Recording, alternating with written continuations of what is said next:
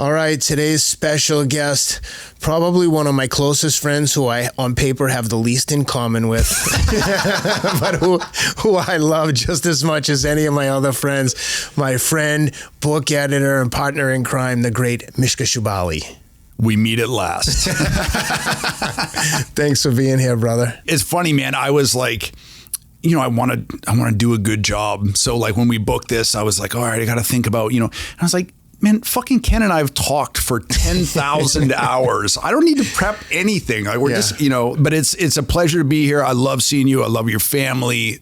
I'm so fucking proud of you and like this book that you did. I mean, For those that don't know, Mishka basically helped me write the whole book and was like intimately involved with every single word of every single chapter. So it's a great fucking book, dude. Agree. Anytime I like go back to, flip through something, I'm like, we got it there. Yeah, we really got it. Yeah, it's crazy. What's the ultimate compliment to you is when people are like, man, when I read this book or when I listened to it, it sounds like you're talking right to me. It's like, I can see you saying these things. And I was like, if anyone ever did a masterful job of capturing someone's voice, it was you, in the way that you captured everything the way I said it. And I mean, I try to tell people like, yeah, it is my voice because that's what I said. And Mishka helped make sure that it was delivered on the pages exactly the way I said it. That's a great compliment that people, feel like you're speaking directly to them, because the whole time that we were doing it, I was like, God, Ken's narrating my fucking problems and my life and my shortcomings right back to me. I mean, I remember, some of the conversations we had, like getting off the call and knowing like, oh, we got to get through 800 words here or 1,000 words and being like so fired up. I was like, I don't even want to fucking write, man. I want to go out and run. I want to like do shit. It's funny. That is a common theme with people like, I didn't want to do anything. And then I read part of your book and was like, now I'm like obsessed and trying to run marathons and stuff, which is crazy because I wasn't writing the book trying to be inspiring, or I wasn't trying to do anything other than be authentic, honest, and like open with the story. Hey, this is what happened to me and these are the things I realize. Obviously winning some of the races I won was significant, but as you know, like I never ever felt I'm inspiring, I'm motivating, I'm anything special. I'm a fucking drug addicted loser. So there's part of me that still lives like that. So when I'm telling the story, I'm like, this is me, this is who I am. And yes, I won these races, but that's not everything in life. It's not. But people came away from that feeling like, if he can do it, I can do it, which is what I wanted. And that's why this fucking book worked, is because you're not telling people, here's how you do it. Let me instruct you. Yes. Let me form you. You're sort of like reporting on your own. I don't know how I got here. Like, I feel like I don't deserve to be here, but this is what happened. Here's how it happened. Dude, that's it. When people ask me for advice, I'm like, that I'm guessing, right? Like, what shoes should I wear? I'm like, I don't know. Here's the process I used. I tried everything until I found a pair that worked. And then when you get lucky enough to win races and have some performance, then people want to give you stuff and you figure like how to make their stuff work. You're not necessarily like, it's not a silver bullet like, hey, Ken, what shoes? So this is for everyone who asks me, what shoes should I wear? I'm like, I don't know. What fucking tires did the NASCAR winner ride at the Daytona 500? It's irrelevant. Are you a truck or a Toyota Camry? Yeah. Like, you need to find the shoes that work for you. And that's what I did. So when people ask my opinion, like I'm an authority on anything, which I'm not, I'm like, I fucking guessed. And then I bought a lot of shoes and I figured out what worked and then I stuck with them. Yeah. And then, like I said, then I got lucky enough to get a deal with Reebok and their shoes were good and I wore them and it was like. And do you race in new shoes? I would only wear brand new shoes to race, but they would be a model that I had run in a gazillion times. So like I've only run real races, marathons in Nike, Alpha and Vaporflies. And eventually I figured Alpha Flies didn't work for me for a lot of reasons. And for people listening, if you're not an elite runner, but you think that the most expensive shoe Nike makes for you, is the right shoe for you, you're out of your fucking mind. It would be, again, like thinking that the tires that they ran in the Daytona 500 are going to be great for your, Honda fucking Accord. It's like putting the spoiler on the Accord. Exactly. You're like, wow, now you're getting up to 86 miles an hour. Those shoes are designed for guys with perfect running form. Yep. Typically guys and girls that weigh like 80 to 130 or 40 pounds max. And now you got like a 185 pound guy with dog shit form who's striking his heel. And when your heel striking on those carbon plated shoes, the heel is super soft and supple. So your heel is sinking super low below your forefoot. And then your calf is working hard to get over that carbon plate. And in my early days of marathoning, in the LA Marathon in particular, my calves were on fire. And a guy who was like a shoe guru, I forget his name, I'm embarrassed, but he's like analyzes all the shoes at every marathon. He's like, he consults with all the shoes company. I met him at an event in New York around the New York Marathon. And he's like, hey, how are those Alpha Flies work? And I'm like, oh, they're fast, but my calves are on fire after a race. And he's like, yeah, they're all wrong for you. He's like, I was looking at pictures of you and your heel is sinking so low. So he convinced me to try the Vaporfly, which is just one step down, but still like a $300 shoe. And they were magical. They like work. So once I figured, okay, through trial and error, Vaporfly works for me more so than Alpha Fly, I then did all my training in those. So I'd run a race in a brand new pair with my Curex insoles in them. Always ripped out the insole and put in my own Curex insole that had arch support. And then I would run the marathon in those shoes. And they only last, for me, they would last 1 month, like 300 miles, because the foam has a very light coating of rubber on the outside of it. So they're not made to last a long time. Matter of fact, Adidas makes a $500 shoe that's only good for one race. All the foam wears out. So I would wear a brand new pair. And again, this isn't for everyone. I had the luxury of being able to financially be able to do this, but I would run the race. Then those would be my training shoes for a month. And then, occasionally I'd buy new ones and just train in them I'd always rotate several pairs so that one pair was never worn every day till they're new, then worn out. There would always be a pair in different stages of being worn out, so my shoe or my foot would never get too used to it. This is like way too inside. But for anyone who's a fucking true running dork, that's what I did. So I always had like 3 or 4 pairs of shoes, and at a big important race, brand new pair of shoes, but in a model and as exact everything that I had been running in already. But that foam gets compressed, and it only has a certain lifetime.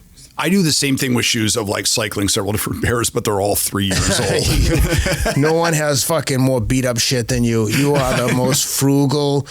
No one loves being a struggling artist more than you. Dude, when I was leaving the house today, I get up at 7:30 every morning. And then this morning I was going to get up at 7, so I had plenty of time. And of course, didn't set an alarm last night, got up at like 10 to 8, like, oh shit.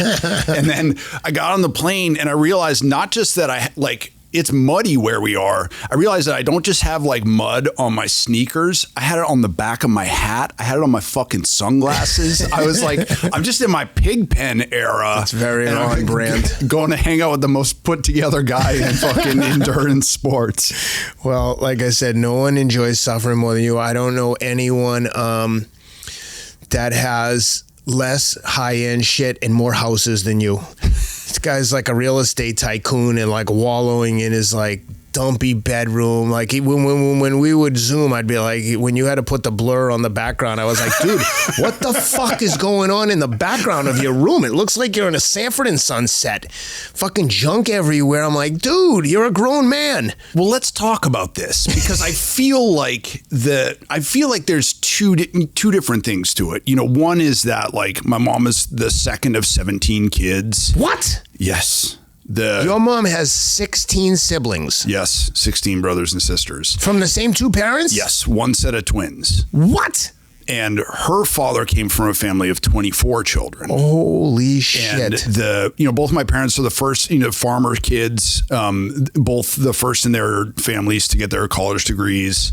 So they grew up real poor. That's definitely something that I got from them is like how to stretch a dime. How, don't throw that rag away until it's dirty in every corner, So I will argue that I do think that there's something honorable in like using something until it's completely done. I would agree with that, but there also comes to a point where when you have the capacity to like have a relatively new car that you can rely on, it's not going to break down. Whereas you'll drive the car like Fred Flintstone with no fucking floorboard. And I'm like, dude, how are you driving that car? And then you'll be like, oh, my car broke down, this, that. I'm like, isn't the peace of mind of just buying, it doesn't have to be a fancy car, just a newer car that like is never going to break down. I hate when shit breaks. Dude, my 1995 Jeep Cherokee that I drove today has the fucking Fred Flintstone option. Where it's like my floorboards is just a no parking sign. I found stuck there. But like even when we were talking about water pressure, you're like, yeah, I can either have hot water or water pressure, and we've got a fucking waterfall and the water pumps down through gravity. And I'm like, wouldn't it be worth it to spend like $200 or $300 on a water pump so you could take a nice hot shower with water pressure? That to me would be worth the price of like the few $100s that you definitely have. So that's the flip side of it, where I can articulate an argument that it's good to use things until they're, until all the life is out of them, and it's good to economize and be frugal. And then the other side of it is, I feel like it's something pathological. Yes. That, that just that sense that I got from my parents and from everybody in my family that we don't have enough.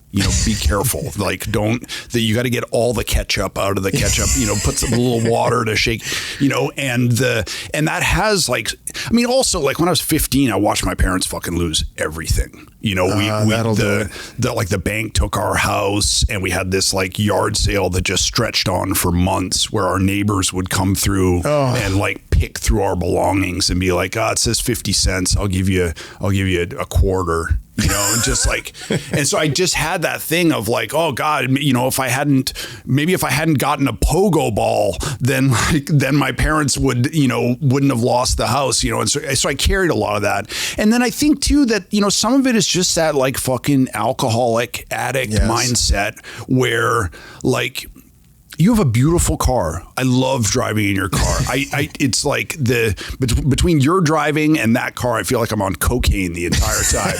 It's so fun. And I would feel like such an imposter driving a nice new car.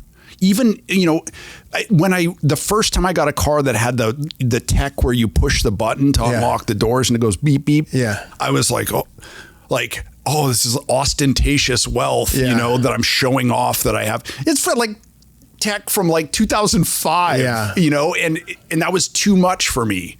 Well, for the record, I often feel like a fraud even when I'm driving my own car. But then there's another part of my brain that's like, who gives a fuck? I love driving this car. I like nice cars.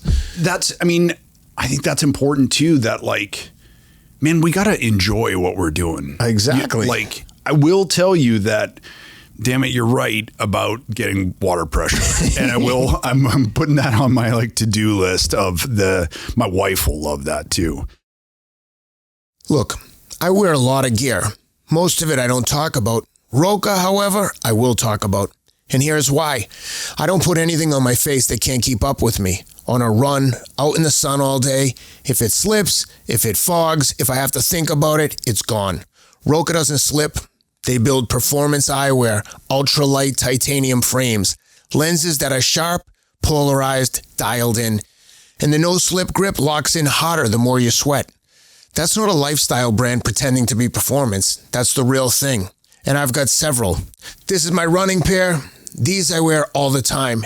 And at night, I'm in their wind-down glasses. Off screens, actually wind down, actually sleep. My good friend Andrew Huberman designed these with Roka, so you know they're good. I also wear prescription glasses like the ones you see me wearing now. And Roka can do that for you too. These are premium and give you incredible value at the same time. If you're looking for a pair of cheap sunglasses that you can scratch up and don't care if you leave them behind, Roka is definitely not for you. However, if you care about performance, what you put on your face, and quality, premium products, Roka's the perfect pair. That's my test for anything. Do I actually reach for it? I reach for these. Roka's whole thing is unlocking human potential, equipping the people who refuse to settle for good enough. That's the other side of hard. That's this whole show. So if you want eyewear that performs as hard as you do, go to Roka.com and use code RIDEOUT for 20% off. Again, that's code RIDEOUT for 20% off at Roka.com. Roka, get after it. Boom. Well, I'll tell you this one thing about when you were just saying about stretching the ketchup and stuff. It's probably good then that you don't have kids. My kids will cook. The other day, one of them cooked some fried eggs. So I come out, I go to throw some in the trash, and I open the trash. I'm like, what the fuck? Why are there like 3 fried eggs dumped in the trash? They're like, oh, it got like crispy around the edges. I don't want to eat them like that. I was like, get off plate and get the F over here and get these eggs out of the trash and eat them right now. I mean, they were just sitting on top of some other stuff. It wasn't like it was... Oh, I'll eat out of the trash. Don't worry.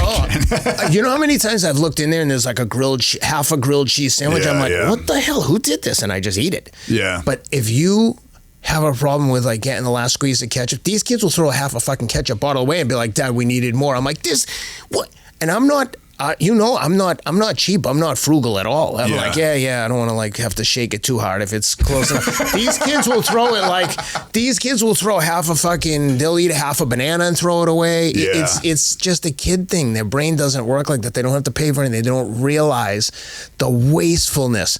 Open a friggin' seltzer, have a sip and leave it there for a week. And I'll be like, I'll just wait. Someone's going to eventually come back and claim this seltzer. And then I'll be like, who opened this seltzer on Wednesday? It's Friday and left it here. Oh, sorry, that was me. I'm like, dude, they drive me insane. Leave all of, they have like, when I was a kid, I had 1 basketball my whole life. They've got like 6 basketballs. They'll shoot hoops in my driveway and leave all the basketballs out in the driveway. And every time I'm like, and there's a field behind the house. And I'm like, who left the basketball? Because not only does it look like shit, but when I have to pull back out of the garage, now I got to get out and move all the basketballs because I can't drive over them because if I could, I'd just flatten them. Yeah. I take those balls like once a week and kick them all into the field. So then when they need them, they got to go find them. I've hidden them in the basement and let them use one. Then I slowly but they just will not pick them up when they're done. Kids are like the huge gas guzzling SUVs of people. Total wastefulness. It's funny though, because like when I was a kid, my mom would always sort of like, there would be, 4 peaches and she would pick the one that was like a little too soft, a little too ripe. And I was like, why don't you take the good one? And now my wife jokes that like my favorite genre of food is it's about to go bad. What's funny is one of my kids, I don't want to say which one, but one of them, if there were 3 apples and one was like superstar fresh and one was like almost bad, one of my sons, if left to his own devices, would always take the best one. And one of my sons would go in and take the shittiest one. Tell me which kid is the shitty apple kid tonight, and I will high five them. You can probably figure it out just talking to them, but it just drives me crazy. But it's just innate. It's like not learned because they all come from the same exact background, the same exposure to the same nutty parent. Well, that's the thing too, is that you and I both grew up in houses with that sense of like deprivation, that there wasn't enough to go around. Definitely. And you went one way with it, and I went the other way. Yeah, but you've been successful. You fucking make money. That's another part of the question too, which is like, and I wonder if this happens to you, where every morning when I wake up, I'm like, you fucking dirtbag, you fucking loser. Like, when are you going to do something with your life? And I've done all kinds of shit, but it just, it's like an Etch-a-Sketch, it like every night I go to sleep and like all the good things cool things that I've done in my life just sort of wash away. And then I wake up and I'm like, oh, fucking how am I going to pay my rent? And I'm like, no, I don't pay rent. I haven't paid rent in forever, I definitely have those feelings, but I also feel like, I wonder if some people wake up and they're just super happy with everything. Like I wake up and I'm like, okay, what do I have to do today? Like there's a level of anxiety that I can never shake. Then I'm always like, okay, what do I have to do? If I have nothing to do and just sit aimlessly, mindlessly, like scrolling the internet or watching the news or just doing nothing, I feel terribly guilty. I'm like, I'm not being productive. Should I go work out again? Meanwhile, I'm like running on fumes. Yeah. But I have a hard time just enjoying alone time and quiet time and like meditating. Like I have a hard time sitting still and just being alive. So my mom came to visit recently. So I was in our little cabin. It's me, my wife, who is of the everything is amazing school of thought. My mom, who's like the most optimistic person I've ever met in my life, and my dog, who just loves everything. And like after a week, I was like, "Fuck all y'all," because I just have that like gray cloud over my head all the time, man. And I don't know if it's just like the years long hangover of being an addict, that you always walk around with that like sense of dread that like, oh, maybe today I'll drink and all this will go away, or that, I was talking to somebody about Anthony Bourdain. Yeah. And how hard it is for us as sober people to see him succeed and get clean and have all the success in his life and then still go out by suicide. Yeah. Same thing with David Foster Wallace. When I was talking to my friend, I tried to put a positive spin on it to say, but look at the lives that those guys had before the darkness claimed them. If they had kept using, probably would have never done anything. And they did incredible things with their lives. Yeah. But that is definitely something that that bothers me. Life as a sober addict, that there's always it's like a poisonous snake is following you somewhere very slowly. Yes. So as long as you keep moving, it's not going to catch you. That's exactly right. But if you sleep too late one day or something, or you don't do your workout or whatever, then the snake's going to catch up. If I slept in late one day, I wouldn't know what to, I would be racked with guilt. Yeah. It's irrational.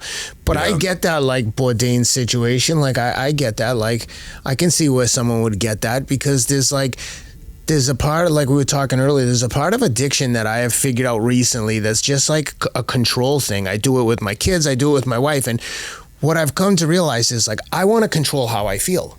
And I know one thing, when I take Percocet, Oxycontin, fentanyl, whatever I could get, everything but heroin, if I have that, I know for sure I can control how I feel. I feel like shit, guess what? At least for the next half an hour, I'm going to feel good. Okay, the next hour and a half after that, I'm going to start to feel shitty and feel like complete dog shit. But then in a few hours later, I know I can get high again. And I need to control how I feel. So if I'm not feeling good necessarily, I will look for scrolling the internet, looking at shit online that I want but don't really buy, fancy cars or watches or just mindless shit to give me any kind of dopamine spike.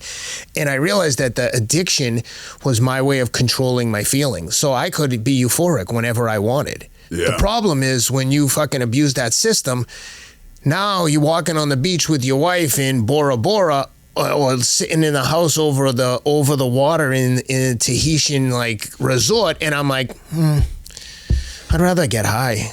Yeah. And once your brain has been effed up like that, I haven't figured out a way to get back to that default setting before I was an addict, which is why I was telling you next step is the Ibogaine journey, because I got to figure out how to get back to this my factory settings. Yeah. I really do think that intense addiction rewires your brain. 100% it does. You and I have determined to live our lives sober, but all the determination in the world isn't going to fucking rewire your brain. That's right. You're still sort of existing in a state of sort of constant withdrawal. That's why I'm excited about the Ibogaine. It's going to freak me out if I come here and you're got a beard and a long flowing robe, what's up, brother? And happy.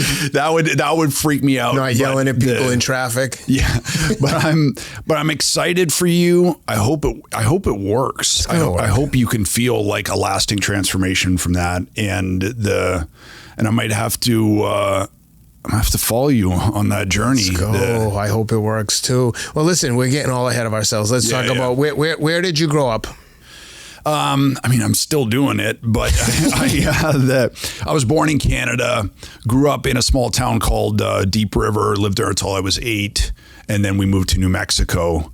And so I lived in New Mexico from 8 to 13, then New Hampshire for 3 years, Massachusetts for a couple of years, Colorado, New York, Virgin Islands, California, lived in Atlanta for a year and a half. How were you going Canada, New Mexico, New Hampshire? What were your parents doing for work that you were moving like that? So my dad was a rocket scientist, literally a rocket scientist. Who do you work for? So in Canada, there was an atomic lab at Chalk River, and then he got a job working for the Los Alamos National Laboratory. Oh, in New Mexico. Yeah. Is that Area 51? I mean, Los Alamos is a beautiful town. We drove through there on our way out to Ohio, and it was awesome. I got recognized there in front of my wife, and I was like, kind stranger, thank you so much for making me look like they were a fan of like the music and stuff. And I was like just hanging out with Ale, and like we were talking, and I was like, oh yeah, we went, you know, my foster brother and I used to go here, and sort of like going down memory lane, you know, in Los Alamos. And finally this woman who was sitting right next to us sort of turned to me and was like, are you Mishka Shubaly? And I was like, oh, fuck, did we go to school together or something? Fortunately, it wasn't like a classmate I'd forgotten, but it was somebody who was a fan of like the music and stuff. Oh, cool.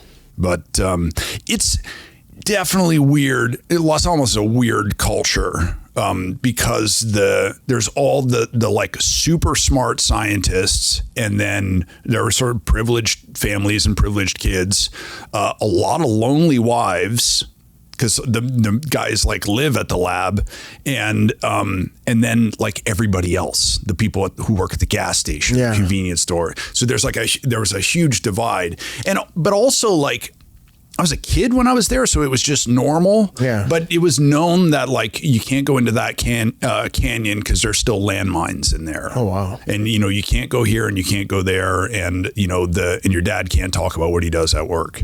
But one of the things that my dad did, a project that he worked on was called Bear, which is beam experiments aboard rockets.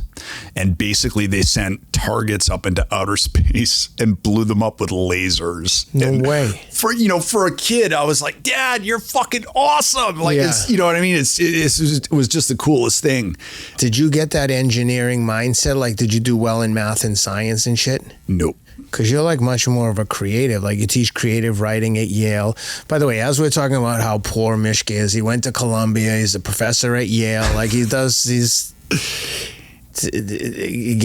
an enigma. I'm like, this guy has everything he needs, but he's living like a fucking struggling artist. It drives me crazy. It drives me crazy too. I need to like print up a copy of my resume and fucking stick it next to the bathroom. Doesn't even need to be a resume. Just like sell one of your houses and relax, enjoy yourself, buy a new car, kick back, get a fucking water pump, buy a good air conditioner. When you get the long flowing robe, I'll do coming. I'll get the new AC. So when he left Los Alamos to go to New Hampshire, where did he go in New Hampshire? What was he going to do there? And your mom, I assume, wasn't working while he's doing the rocket. Yeah, she was just a stay-at-home mom. You had how many siblings? 2 sisters. Okay. And a foster brother who lived with us for a couple years. But when we moved to New Hampshire, my dad worked in Beverly, Mass. Yep. And he started working in the private sector doing semiconductor stuff. Oh, okay. And he'd been like retreating from our family for years. You know, the earliest memory I have of being around my dad is just like, I think the first time I felt disappointment was from him. That he was disappointed in me, and that also I was disappointed in him for not fucking loving me. Like I didn't ask to be here, man. You know, that's interesting. How was he showing you he didn't love you? Dude, he was the opposite of you. You're so involved in your kids' lives. You're so invested. I mean, that was one of the things that fucked me up the whole time we were working on that book, is that like your kids literally mean the world to you. And fuck, I wish I'd had a dad like that, you know? Well, I just want to say though, like, I make a lot of mistakes. Like, I am hard on those kids at times, and I yell at them sometimes in an irrational manner, like taking the basketballs and booting them into the backfield. I'm like, I've asked you 25 times to pick these effing balls up every single day, and then I kick them in the field, and then I'm like, what a dick. But I'm like, I don't know how to get you guys to listen unless I get aggressive. But so believe me, like just like the running advice, like I'm guessing, I don't know, like I didn't grow up with my mom and dad. It was just my mom and my like stepfather, and my dad lived in the next town. So I only saw him, it should have been just good times when I saw him. He didn't have to do anything difficult with me. All he had to do was drive me to hockey, which was as much for him as it was for me. You know what I mean? Yeah. So with my kids, like I don't have a role model that shows me how to do this. And it fucks me up sometimes with my wife, because she'd be like, why are you doing that? I'm like, I don't know. Like, I just, and I can be a little bit too much of a disciplinarian on them, but at the same time, I'm like, I give them everything and sometimes spoil them. And my wife be like, why did you bought them more sneakers? And I'm like, as a kid, I loved sneakers and it was my way of showing them that I love them. So to me, you know, I'm lucky that $150 isn't going to like make much of a difference, even though I don't want to put that mentality on them because they don't have money. I do. They don't. Yeah. And I always have to make sure to tell them it's like, no. Or if they really want something, I'm like, how much is it? We want this huge Lego set. I'm like, how much is it? $300. I'm like, okay, guys, come up with $150 amongst yourselves and I'll pay the other half. Yeah. But so for what it's worth, like, a lot of the stuff I'm figuring out, but I know that I definitely love the kids and tell them that I love them all the time. Yeah. Even when they like are embarrassed and don't want to hear it, like on the sidelines of a football game when I'm like, come on, Cam, you're the best. You know, I mean, honestly though, like, you know, some of my favorite memories of my dad are, hearing him yelling on the sidelines. Yeah. You know, the few soccer games of mine that he came to. That shit's so important. And you know, I will say two things. You know, one, you're kind of set up to look like a bad parent because your wife's so amazing with kids. You know, it's like no matter what you do, you're always going to be second place there. You know, as would anyone. And the other thing is, you have good kids. Yeah, you know, like nice kids. When I met your kids, like they're all there ready to shake my hand, learn my name, and make eye contact. Yeah, and you know they're not like. It's funny. Everyone says that. I mean, in this world, it's like. You know, where are these kids from 100 years ago? Yeah. You know, because they no, they're great kids, and like, and I mean the other thing that like parenting, you know, you know, I've been hard on my dad and my parents for the ways in which they've sort of disappointed me and let me down. And then, you know, I had an epiphany one Sunday. I was living in Brooklyn. I was still getting plastered all the time. Sunday, I would go and like sit in the park and like feed the squirrels and try to fucking feel human again before I had to go back to my construction job on Monday. And I remember like, for some reason, I recalled a picture of my mom she was wearing bell bottoms that were like orange with yellow polka dots. Yeah. You know, and I think my dad had like a little ponytail or a goatee. It was something like, and I was like, you fucking dorks. You know, like what the fuck is wrong with you? And then I had this epiphany where I was like, oh my God, they weren't the same age that I am in that picture. They were like 5 years younger, 7 years younger. They were kids and they had us. Yeah. And if I had a kid, I would forget him in a hot car. Yeah. Like, you know, I would totally blow it. So you know, I think I gotta sort of try and be easier on my parents and just sort of say they did the best they could with the tools that they had. And in this situation, my dad, it wasn't enough, you know, but also like you got to accept that there are no perfect parents, that everybody does shit, that every time I yell at my dog, I feel horrible about it for 36 hours. You know, she forgets about it quickly. Yeah. I don't. Most guys have two options with skincare. Do nothing or go down some 10-step rabbit hole they'll quit in a week. I wanted a third option. Wild Roman built a face routine around one question. Will a guy keep doing this? 3 products, not 10, face wash, face serum, and face moisturizer. No parabens, no sulfates, no phthalates, just grass-fed tallow instead of the synthetic stuff because it's close to what your skin already makes on its own. Here's the whole routine. Wash your face, a couple drops of serum, warm the moisturizer between your hands and work it into your face and neck. 2 minutes, same amount of thought as brushing your teeth. Right now, it's Wild Roman's biggest offer of the year. The full 3-product routine, normally $164, is now just $99 for new customers. I've spent more than that on one product that barely did anything. Wild Roman, built for men who'd rather keep it simple. Get the $99 face routine at wildroman.com. Again, that's wildroman.com. Yeah. So he goes to New Hampshire, private sector, and then what happens? How old were you when your parents got divorced? I was 15. Oh my God. It's like probably the worst age, right? Yeah, that was 1992 was a bad year. My dad had been, you know, he's one of those guys where he was like miserable at every job that he was at. And like, even as a kid, I was like, Dad, if you're surrounded by assholes all day, every day, you're the asshole. That's it. You know, so he had already sort of fled New Hampshire at that time to go and work a job in Vancouver. And it was the understanding that we were going to go out there to be with. I mean, he couldn't have get further away from I know, right? Like a continent, you know, between. Maybe fucking Tijuana, but I mean, talking about fucking moving across the country. Yeah. And the idea was that we would join him there later. For some reason, I think I signed up for like the PSAT when I was a freshman, and I scored well. And then I got a flyer in the mail of like, you know, leave high school early and start a college program. And I remember like looking at it, reading it. I was probably like 14, went into my mom and I was like, yo, Mom, can I borrow $23,000, you know, so that I can go to this school? And I applied, I got in. That year, I left home, you know, and went to move into this to a dormitory at this college that specialized in early education for, at the time, it was for kids with like promising test scores and behavioral issues. And I'd been in a couple of fights, so I sort of check mark in both of those. I can't even imagine you getting into a fight. I assume if someone was picking on you and you were defending yourself, because I can't imagine you being a bully or looking for a fight. Yeah.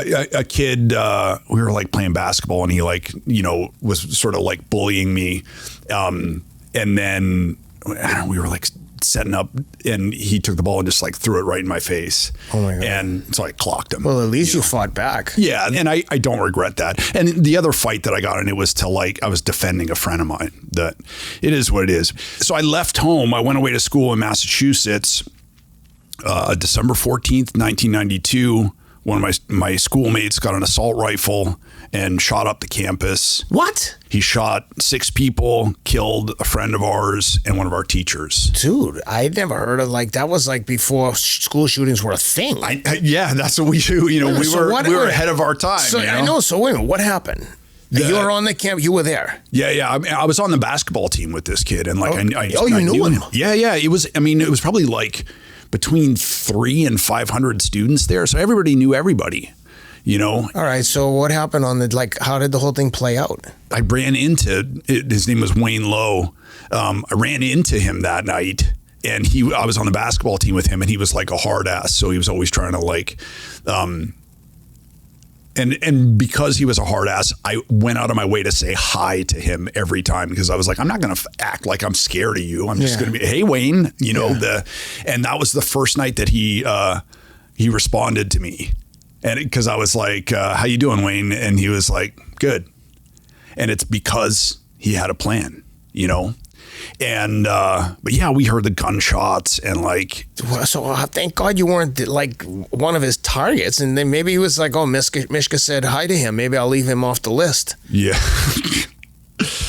It was a fucked up time, you know? And, so then. This must have been national news, right? Because that was I was in college when that happened. And I was in college near you in Massachusetts. I don't remember. It was I don't remember. Great Barrington, Massachusetts. At the time, it was a big deal. Yeah, beautiful part of the country. Oh God, yeah. I went back there. The school's closing, so I went back there last year with my roommate from 1992, and that was a fucking DMT trip right there. Really? And just like so many emotions, good and bad, you know.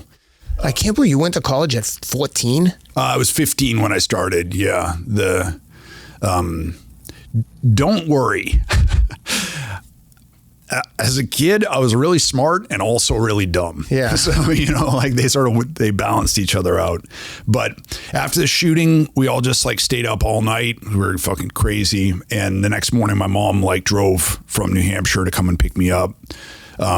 Brought me home, and then every year she would write a Christmas letter to the friends and family, just saying like what we'd been up to and stuff. And I was I was like in the computer room, and I was like, oh, that's Mom's Christmas letter, and I read it, and in the letter she revealed that my dad were getting a divorce. So that like they were going to tell the whole family before they told you.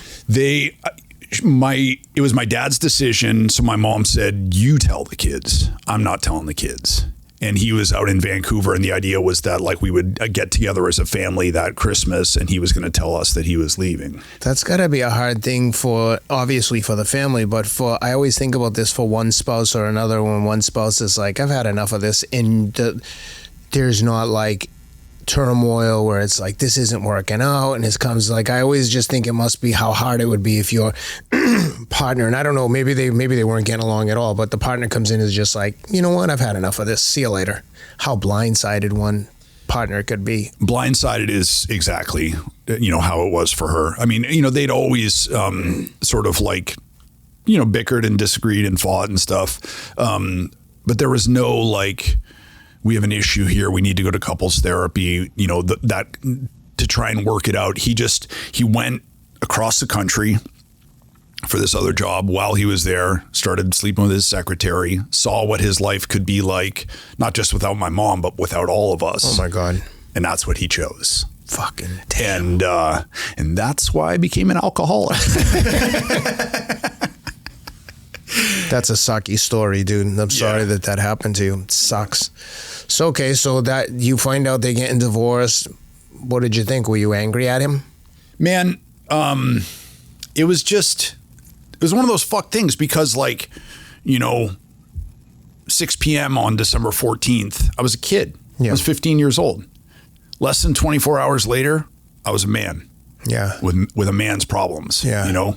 And I was furious. I got a roll of quarters out of the bank.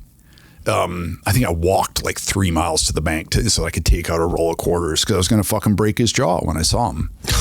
and then when I saw him at the airport, I couldn't do it. It was my dad. Yeah. I loved my dad. Yeah. So yeah, that kicked off like a period of darkness that lasted until I fucking got sober. I mean, those, to have the shooting happen and then to have, to get news that my parents were divorcing and then we lost the house to the bank and like to have all that happen like one after another, it changed me,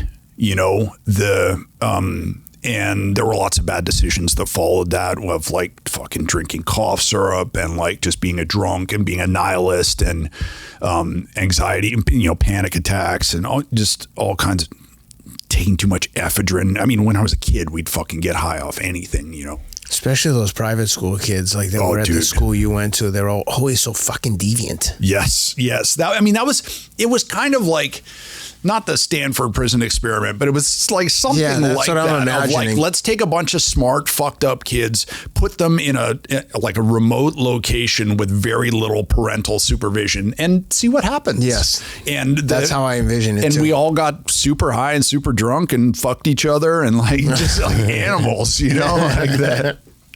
And also, I made some of the best friends of my entire life there. Yeah. And I had an experience there that was profound that, still in my dreams, like every once in a while I'll have like a Simon's Rock dream that I'm back in the dorm living with my best friends and like there's a subterranean tunnel that leads to another world and like, and the reason I keep having those dreams is because Simon's Rock did open up another world for me. Before I went there, I was sort of like, I guess I'll be, drive a fucking forklift or, and then when I went to Simon's Rock, I was like, no, I can have a big life and like do crazy shit. And so I'm grateful for that. I feel like I could have had the big life and done the crazy shit a little bit earlier if I hadn't been so fucked up for such a long time. But I'm here now. I was going to say better to have it eventually than to never have it. So it took you, you took the roundabout way to get there, but at least you arrived. Yeah. You're doing it, whether you like want to accept it or not. You've got multiple like published works, series of short stories, an autobiography, book publishing deals, a literary agent. Yeah. A wife, houses, plural, like you've got everything. You're just like stuck in this mindset that you're like a fucking poor, struggling musician. Yeah. And it's, from time to time, like I'll shake it a little bit. It's like a security blanket for you. I don't want my friends I don't want my friends that are poor musicians and comedians to know that I'm actually a very successful creative writer. That's absolutely true. I know. It's my dirty little secret. I'm appalled that you outed me for having fucking more than one house. God damn it. I'll never recover. But I was, God, we hate all the fucking inspirational bullshit that you see on Instagram day in and day out. But I saw something this morning. A woman said that you've been a million different people in your life, and you had to be all of those different people to be who you are now. Yep. And I think about it, and when I was like 14, I think I was like some kind of fucking social Darwinist, that like to see a homeless person, I'd be like, oh, well, if they can't work, then they should just die, that kind of. But I do feel some gratitude to like addiction, because that pointed out to me that like this is what powerlessness is like, and that a couple of I could have a couple of bad weeks and I'd be out there with those guys under the fucking bridge or sleeping in the park or whatever, that I was really just like hanging on by a thread. And to be confronted again and again with your own weakness, it destroys any illusion that you have that you're better than somebody else. Yeah. Well, that's one of the things that you and I couldn't possibly disagree more on, is our like views on the world and politics and all of the social issues that are pertaining to this country in particular. But it's one of the things that I love about you, is that we can agree to disagree and still be friends. Like I have other friends like that we agree to disagree, and other friends that they get so passionate, and I'm like, you're never going to change my mind with this argument, and I'm never going to change yours, and I accept that. But one of the things I always say about this country is the greatest country on earth, because look at both of us, like where we came from, what we did to ourselves. Like when you're wallowing in addiction, like most people, like successful people will look down and be like, get out of here, piece of shit, clean yourself up. Yep. But when you actually do, you realize that like everything that you want and need in this country is available to you if you just go and take it. You can be anything you want to be, and you don't need anyone's help to get it. You just have to look within and go and get it. And that's one of the things that I think people like you, well, that I hope is that demonstrates to others. Like, I really hope people look at me and go, if that idiot can do all the things that he's done and have this platform from where he was, like I was just hiding from reality with my addiction and like avoiding like real conversations and avoiding like a conversation with myself with my addiction. And then I got my shit together, and look at what I've done, and look at what you've done. And it's like, this is the best place on earth. The voyage that I've had, in my life in America, has been exactly what was promised. Yes. As that anybody, if you can make it there, you can make it anywhere. That kind of shit. And like when I moved to New York, I was like, I'm gonna fucking do it. I'm gonna leave on top, and I kind of did. Yes. And so did you. And that's you always say anybody could do what I've done, that just had to work hard. And I love you for saying that, and I think you're wrong. I do think that you're like not giving yourself enough credit, that you are a super smart guy, that not just like computing power of like the fucking horsepower in your brain, but you're also a very, it's ironic that you hid from your emotions for most of your life, because you are a very emotionally intuitive person. And the drive that you have is pathological. I don't think that someone else could work as hard as you have and have the results that you've had. But that's exactly the same way I feel about myself, is that anybody could have done what I've done if they worked hard, and that's, it's one of the reasons why, like, the last couple of years getting to be friends and doing this project together has been so rewarding for me, is because like, we'd be hanging out talking about something, and you would say something and I would be like, man, he's full of shit. I know that's not true because I say the same thing all the time, and like that, like it's, as different as we are, we have a ton in common. Yeah. And we have this like doppelganger thing of like, two different sides of the same coin. And dude, it's been so helpful for me. Yeah. No, I agree. I like hearing people like that don't agree with me. I think it's interesting. And if you are so in love with your own opinions and ideas, you're like destined to fail at everything, because no one has all the answers. And it's like going to New York, you could make the argument like, oh yeah, I went to New York and I was successful. But then I could point out like, 100 hedge fund guys that have $100 million and have everything.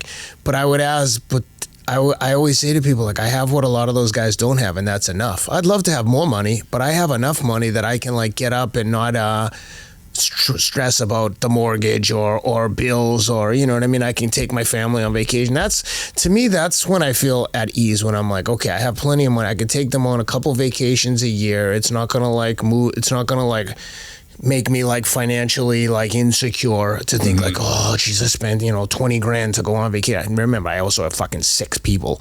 So when people are like, oh, a friend of mine recently was like, oh yeah, I told them the book came out when the kids had spring break. So I was telling a buddy of mine, Alex Mather, who was founded The Athletic and sold it to the New York Times. Oh, wow. So I was telling Alex, I was like, yeah, so the kids, they missed spring break because my book came out. And I was like, but I want to take them someplace nice where they haven't been, but they're dying to go, like Hawaii. To the kids, it was the most exotic place on earth. I was like, okay, we'll go to Hawaii. And he said, take them to the Four Seasons in Kona, which is one of the nicest hotels in the world. And I'm like, dude, I've got 6 people. One room is like $2,000 a night. That's $4 grand a night for 2 hotel rooms. And then it's going to be like packed in there, either one kid with us or 4 kids in one room, me and my... So he's like, nah, dude, I've got a condo there. You can have it. You can use it for free. And I was like, are you serious? And he's like, yeah, let me look at the availability. I said, if you tell me it's available right now, I'm booking these 6 plane tickets right now. Yeah. And he's like, it's yours. And I was like, I booked the plane tickets right there. But that's like one of those things where when you work hard, you put yourself in the right circles and you have friends like that was incredibly generous. And it was just like... Well, this is the difference between you and I is that it's me, my dog, my wife, and my mom. Yeah. Right. You know, my mom still works, you know, I have it in my head that like she's 79, maybe 10 years from now, she'll slow down enough that she needs help from me. Yeah. You know, I mean, she's still in incredible shape. And, my wife is from a third world country. I take her to Waffle House and she's like, oh, this is so romantic, you know, like that. So I need so much less, but you are the like life support system for all these other people. Dude, it's stressful. And I think you and I are both sort of questing to that point to be like, okay, this is enough. You know, my time was fast enough. The race was long enough. Yes. I have enough money. To check all those boxes, but you may never get there because those kids are fucking throwing the eggs away. Dude. And like they'll always need help. You know how it's a lot of pressure because like my oldest daughter just started driving. Like it's in my best interest for her to have access to a car because I've got 4 kids and I don't want to drive them everywhere. Yeah. So having her have a license, she's got a self-driving Tesla, which thank God it's self-driving because she's, not the best driver you've ever seen. But they all have to go to college, back to school. They all need shoes and this and that. It's just like, it's crazy how slowly you get eased into that. All right, having a baby, some baby clothes, diapers. Okay, now they're big kids now. Okay, now they're in adult size shoes, no more kids' shoes. And it's like, like I said, when I was a kid, shoes were like the ultimate status symbol. So whether it's like subconscious or subliminal, like I just always feel like they have to have like nice shoes is as much for me as it is for them in a weird way. Okay. Same for Shelby too. So like everyone's got to have everything nice. Like I've got to keep up these appearances. So I still catch myself falling into those like traps of keeping up with the Joneses. And, the kids live in a nice area. I don't want them to feel like they're the kids that like the youngest one, he shouldn't have to always have the fucking hand-me-downs, but he does. Yeah. And he doesn't complain. And thank God, like, nature created the kids the way they did. Because, like, my oldest son would never be comfortable wearing hand-me-downs. The little one's like, what do I care? He's literally is, like, totally comfortable with everything. It's just it's weird how nature worked like that. But, yeah, man, it's a lot of pressure having 4 children. And it's great, but it's... I tell my wife, I'm like, I'm responsible for 6 people here. When they start going to college, it's going to fucking ruin you. Oh, my God. Just the thought of them being there and like, I don't mind when they need things. I don't mind taking care of things. It's like when they're being wasteful with things that it drives me crazy. But I will say, to be honest with you, my wife has done a great job. They're not really like wasteful kids. They don't just ask for shit. Yeah. They they want an electric bike like they want to live. And I'm like, dude, I'm not getting you an electric motorcycle. It goes 40 miles an hour. You're a spaz. You don't even know how. They don't even ride bikes, regular bikes. Yeah. I'm like, so you have zero experience on a bicycle, and you think I'm going to get you an electric motorcycle, which is what it is. Yeah. And a kid died in the town here last year. He lost control, hit a fire hydrant, and died. I'm like, you think that I'm going to let you knuckleheads drive 40 miles an hour? I don't even like you riding those friggin' motorized scooters around the neighborhood. I'm like way too protective of them, but there's certain, and I have other friends that are like, oh, let them get a dirt bike, let them get this. I'm like, I get it, but like my own anxiety won't let me do it. I couldn't handle the fact that like the thought of them getting hurt or a head injury or something. Yeah. You know, I think I really tried to build a life where I was isolated from everyone and everything. You know, you definitely have. Like, are you living off the grid now in fucking Ohio? Well, I mean, before that, like, you know, maybe 2018, I didn't have a cat. I didn't have a girlfriend. I didn't have a cat. I didn't have a dog. I didn't have a fucking house plant. And I wanted to just have no connections, so that like when the road called and I have a chance to do 3 weeks out on the road, I could just fucking lock up my house and go away and, you know, and do whatever. And that was wildly unrewarding, wildly unhealthy, of just to be, and it felt at times like, you know, in every outer space movie, there's always a time when the astronaut becomes unhooked from the ship, and you see him like, oh, you know, like the feeling you get when you smoke DMT. Yes. Oh my God, they unhooked me. I'm dead. Yeah. As soon as you accept your death, you're like, oh, I can fly. Yeah. But I would just feel like I was like spinning out in space because I wasn't connected to anything, you know, and now like, I have a cat, I have a dog, I'm married to the fucking love of my life. We have house plants, you know, and with that comes all the anxiety of like responsibility. I did the math one day where I was like, oh, how old is the cat? When did I get the cat? How old is the dog? I was like, oh, my dog, my cat, and my mom could all die the same year. Oh, they could not, dude. I know, that's that fucking addict brain. Like, why is that going to make your day being like the worst day of your life could happen where you lose like, you know. Let me tell you this, if they did all die the same day, you could view it as like, oh my God, what a loss. Or you could be like, how old is your mom? She's 79. Fucking 8. If she died tomorrow, God forbid, I hope she doesn't, but 80's a good run. Yeah, yeah. And the life that she's had, you know, that's what I mean. If I had to like, if I had to design her headstone, it would say, I had a great time. Yeah. Because she did. She has like all the hard shit she's been through. She's, you know, she's like grinning through all of it. No one wants to die. No one wants to see anyone else die. I mean, for the most part. But some days I'm like, you and I could both name 10 people. Yeah, including ourselves. I know. People are like, aren't you worried you're going to get hit by a car on that road where you run? I'm like, most of the days I hope someone does hit me. Yeah, yeah. And that is that fucking addict brain that like you know, if one of your kids gets a splinter, you're like, oh my God, let's, you know, we're going to the ER, you know, but for ourselves, we're like, it's not that much blood. No, exactly. Yeah, but we are on the right track. We are doing the hard things that I think are getting us closer to that sensation of having enough, of being enough. Definitely closer than probably we both have ever been. Yes, absolutely true. So back to your childhood. So your dad gets divorced. Did you graduate from Simon's Rock with a college degree? Yeah, I got my 2-year degree. I got my associate's degree there. I went, you know, I thought I would be like a scientist like my dad. So I took like math and physics and stuff, and it fucking sucked. Yeah, of course it does. And then I got into acting, and I was like, oh, I'm going to be an actor.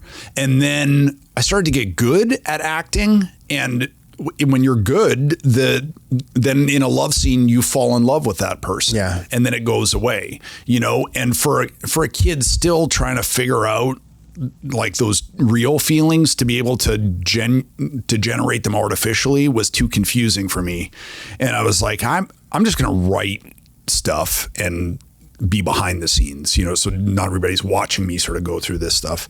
So I went to, got into the University of Colorado, the film school there. And then I went to sign up I got a job working at fucking Sonic Burger, flipping burgers. and I worked at night. and all the film school classes took place at night. Or would go until whatever 6 or 7. So I couldn't sign up for those classes because I had to work my job flipping burgers. So all the writing classes happened during the day. So then I fell into taking all the writing classes, and then it took me 7 years to get my fucking undergrad because I like bounced around so much and like that's so on brand. Yeah. And by the way, when you're going to college and this, is your dad helping you at all? Like, is he in the picture whatsoever? He sent me $300 one time, and he sent me a simple no would do. But it's worse than I can remember, though. I know. Did you ever call him like, dude, what the fuck? Oh, yeah. We've had that conversation. Oh, how did he react? Not great. Like, what was his defense? He'd be like, dude, you're a fucking dad. Like, get it together, man. He was like, you left home when you were 15. You were telling me you were a man since you were 13. When you're 18, like, my obligation to you ceases. And that's that, And I remember as a kid thinking, like, why the fuck did you guys have me? And I've always said, when you have children, it's up to you to educate them to the highest degree that you can. So at a minimum, it's your responsibility to get those kids through college if that's where they want to go. Even if it's co-signing the loan, if you don't have the money, like, it's just, that's your obligation. And I feel that my parents, like, they helped where they could and when they could. But I mean, I thought they could have done more, but it is what it is. But with my own kids, I'm like, if I had to sell my house and live in a fucking rental and live like a rental trailer, like if it meant that the kids could get the life that they deserve, then that's what I would do. Mm-hmm. That's why I'm like, that's why I wake up with anxiety of like, what more can I do? Because like I don't have enough to like just give to everyone everything and never work again. Yeah. My dad came to being a parent from a different place than you did. Yeah. That, you knew from the drop that you were going to be a dad and that was going to be the most important job in your life. And when I was like 10 or 11, I was like, had been out fishing all day because I was obsessed with fishing in Colorado and I hadn't caught anything because I sucked at it. And my dad came to pick me up.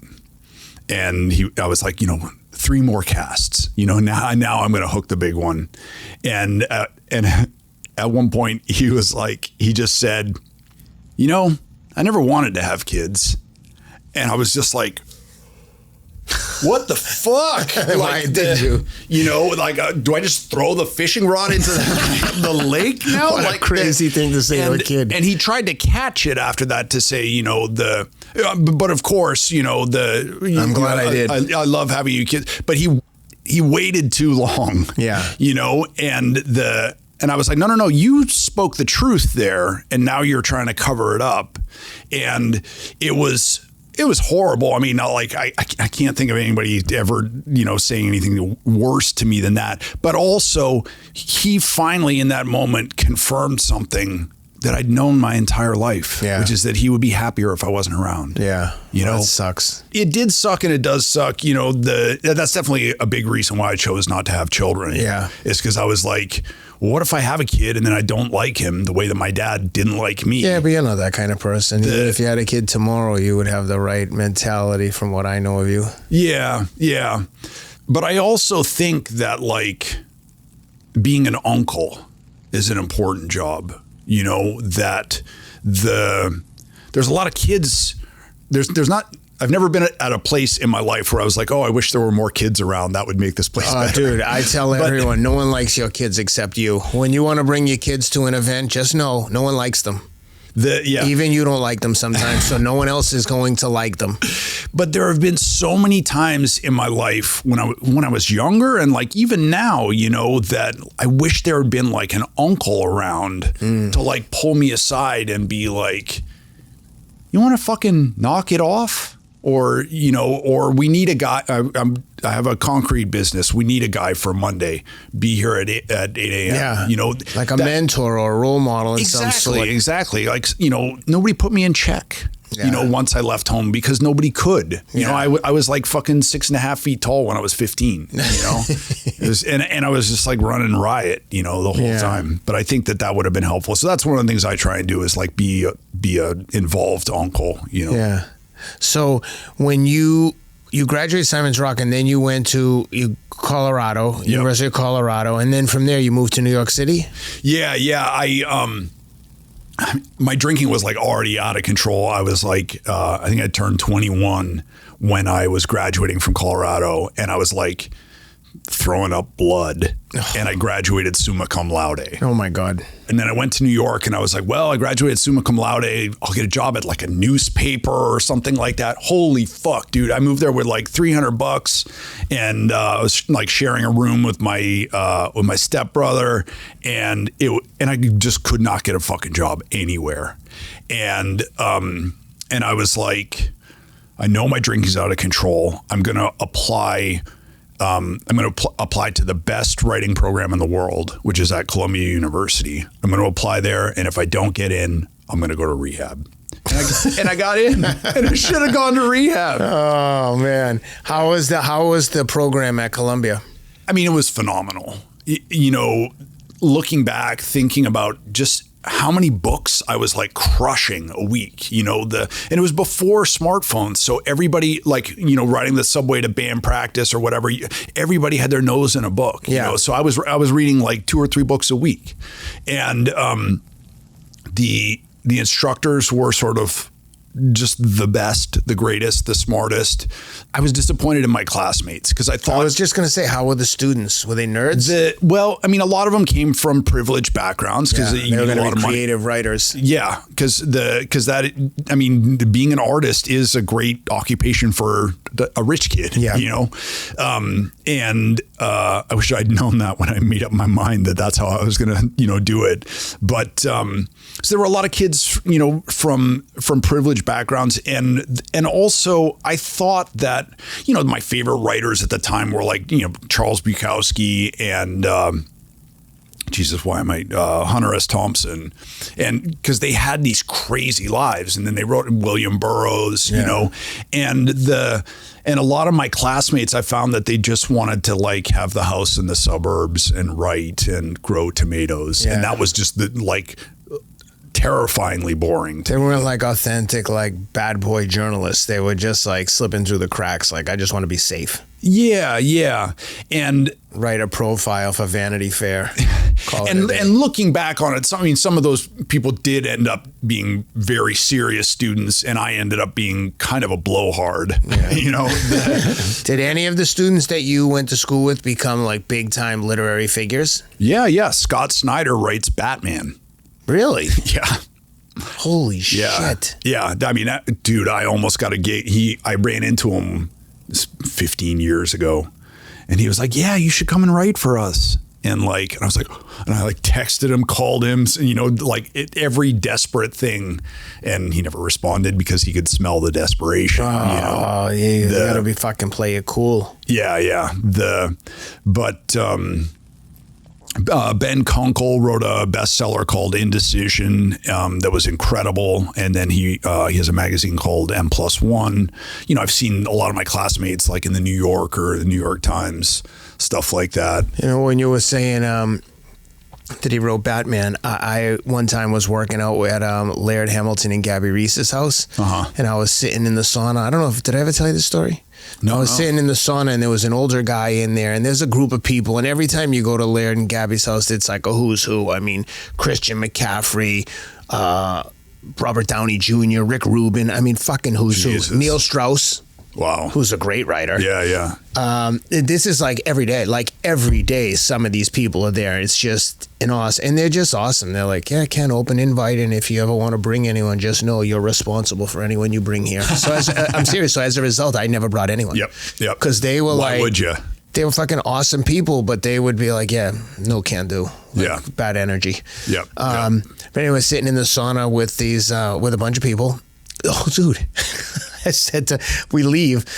This is a different time. We're in the sauna, some young kids younger than us, and I'm with my buddy Rob Moore, who's one of the producers on this show. It produces Andrew Huberman's show.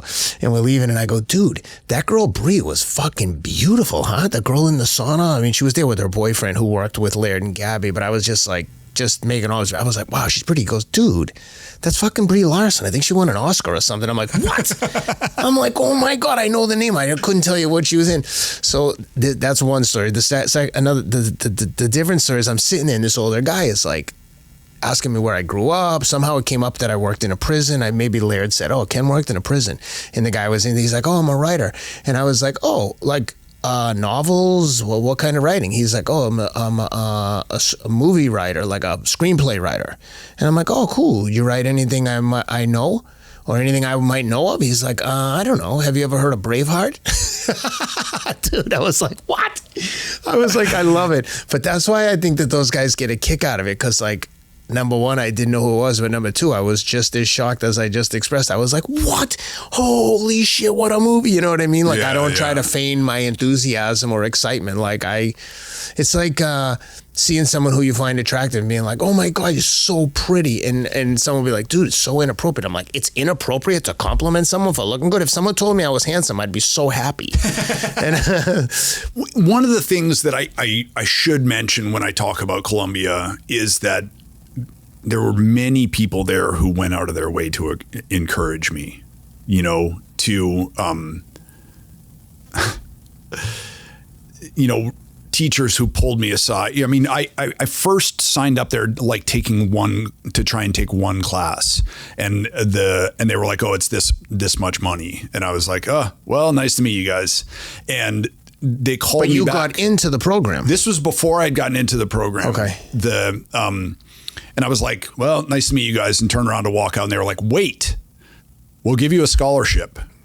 And so they gave me a scholarship. Oh, wait a minute. Had they seen your application? Yeah. I'd applied and submitted my writing and stuff like that. And they said, you're in. And they said, you're in. And they were like, this is how much it costs. Okay. And it was probably like $1,000 or something for a semester. No way. And I was like, more than that. I mean, I don't know. But it was more than I could handle. Yeah. And I was like, well, nice meeting you guys, you know, and they literally waved me down and said, no, stop, come back. What if we gave you a scholarship? And I was like, fuck yeah, then I'll totally do it. And so then they did that. And then I think they gave me another scholarship so I could come the next semester to take one class, like a night class or something. And both of those professors like went out of their way, like pulled me aside, like, you need to read this book and you need to get your shit together because you can do this, you know? And between the encouragement that I got from like the head of the department there, and then those teachers, like, that made all the difference to me in the world, you know? And I'll tell you what, man, when my shit was like top of the charts on Amazon, and I was just had my picture in the New York Times and all that shit, I tracked down Alan Ziegler, the guy who got me, and I was like, did you see? And he was like, we saw it. I was like, are you proud? And he was like, we're proud. And that's so awesome. Yeah, it was great. We're gonna get to all your successes, believe me. So that's the one thing that's interesting about Ivy League is like it's crazy expensive, but the minute that you qualify for financial aid, everything's free. But as a result, you have the massive haves and have-nots. There's nowhere in between. Yeah. Like a blue-collar working class family cannot go there. Because if you have, I forget what the number is, I'm going to fuck it up and someone's going to troll me, but at one point, a good friend of mine is the fencing coach at Columbia, and they're like the best in the world. Best in the country. And he was telling me that, I think this is what he said, like at the time, and this is like 20 years ago, if you had $250,000 in assets, including your house, you don't qualify for financial aid. If you have less than that, everything's free. The endowment pays everything. And it's just like, what happens when you have a system like that is you have either poor people or rich people. Because a guy who's working as a firefighter, he has more than the cutoff assets, but he can't afford $50,000 a year or whatever it is now. I mean, now it's probably 100, but you know what I'm saying. So it's like this weird dynamic where, I mean, and with the size of the endowments that those schools have, everyone could go there for free.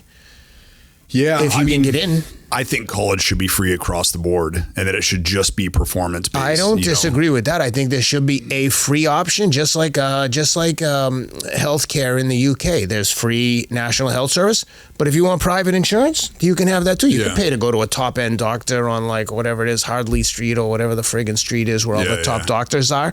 Because I lived in London, and that's what you would do if you needed an appointment and you wanted to be preferential treatment over NHS. You just go to the private doctor, and that's how college should be. There should be a state school system that if you can get in and you want to go for it. Yeah. It's only in our best interest to educate everyone. I'm with you on that.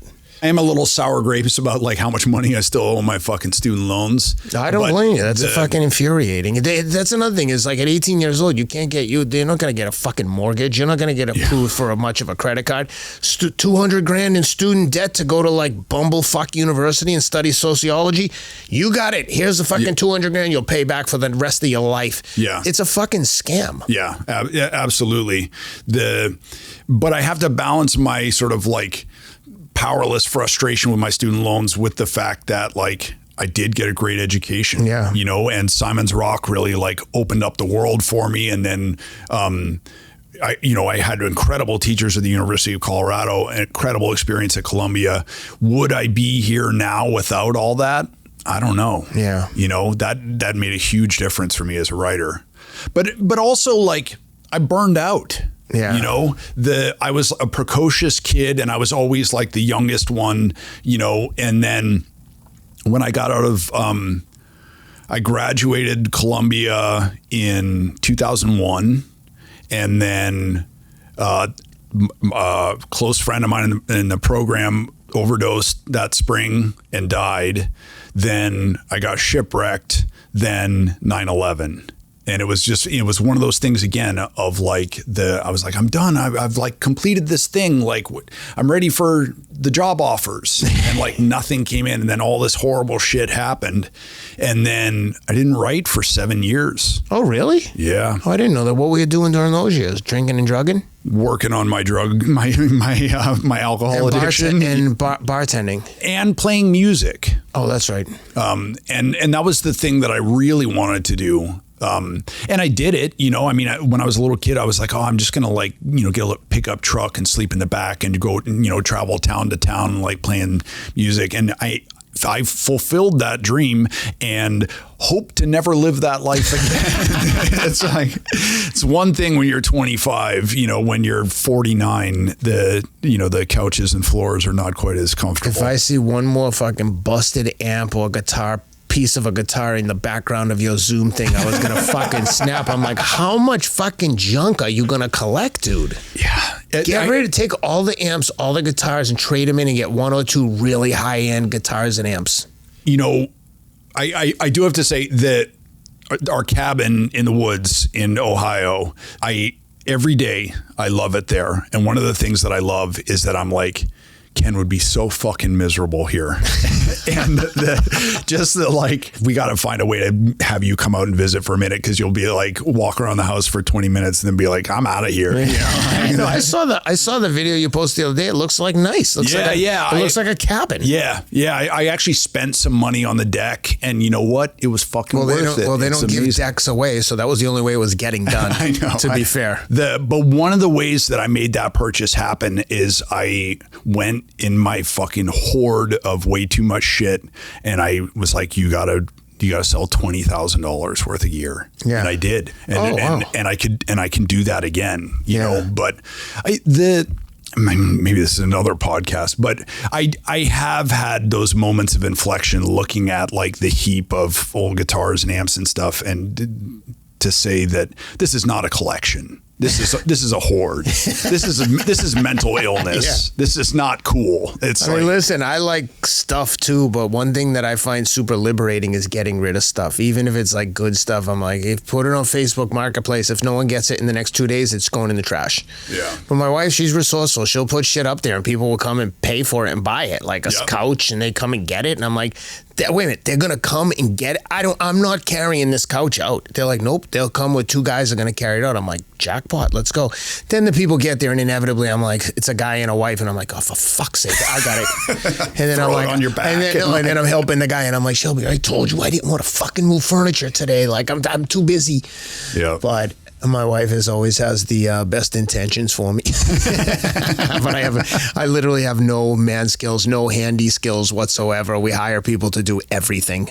But as you should, you do the things that you're good at. And I don't you've like made certain stuff. Like I don't like painting and fucking moving furniture. I'm so fucking glad I paid my friends to do the deck because it's awesome. Yeah, it's awesome. It's beautiful. It's solid. If I had been out there doing it, man, I would have been like, well, we don't need that. We don't structural support. I can save $6. I don't need fucking aluminum hangers on the wood. Just use an extra nail. So let's talk about the Shipwreck because it's one of and for everyone listening, Mishka has like a shitload of different books and stories on Amazon, but your main autobiography is called... I wrote a full-length memoir called I Swear I'll Make It Up to You. And then I also have a book out called The Long Run and Other Stories that captures all the short pieces that I had written that I published through Amazon where I got my start, where talking about getting shipwrecked, having a crazy stalker, The Long Run, which that story bought my mom a fucking house. I love it. Like... dating show, reality show. So let's talk about some of the short stories, and starting with the shipwreck. I like that story because, when you were first telling me you were shipwrecked, I'm imagining you're like shipwrecked in the fucking South Pacific, and this is like not gonna they're not gonna get saved for fucking months. And then it was like, oh no, we got shipwrecked on a small Bahamian island. I mean, it is harrowing, but the build up to it, I was like, oh, this motherfucker he was like on an uncharted island, Gilligan's Island style. I'm like, oh no, he broke down like 30 miles from a fucking village. Yeah. But it was, it must have been intimidating because the guy who was the captain of the ship was 89 years old? The captain's father was 89. Okay. So we were always sort of keeping an eye on him, making sure that he was okay. And then Peter, the captain, was... I think he was 55, which at the time I was like, oh, what an old guy. That's how old I am right now. But he had Parkinson's. Okay. So it was harder for him to sort of get around physically, but still, incredibly sharp and seasoned sailor.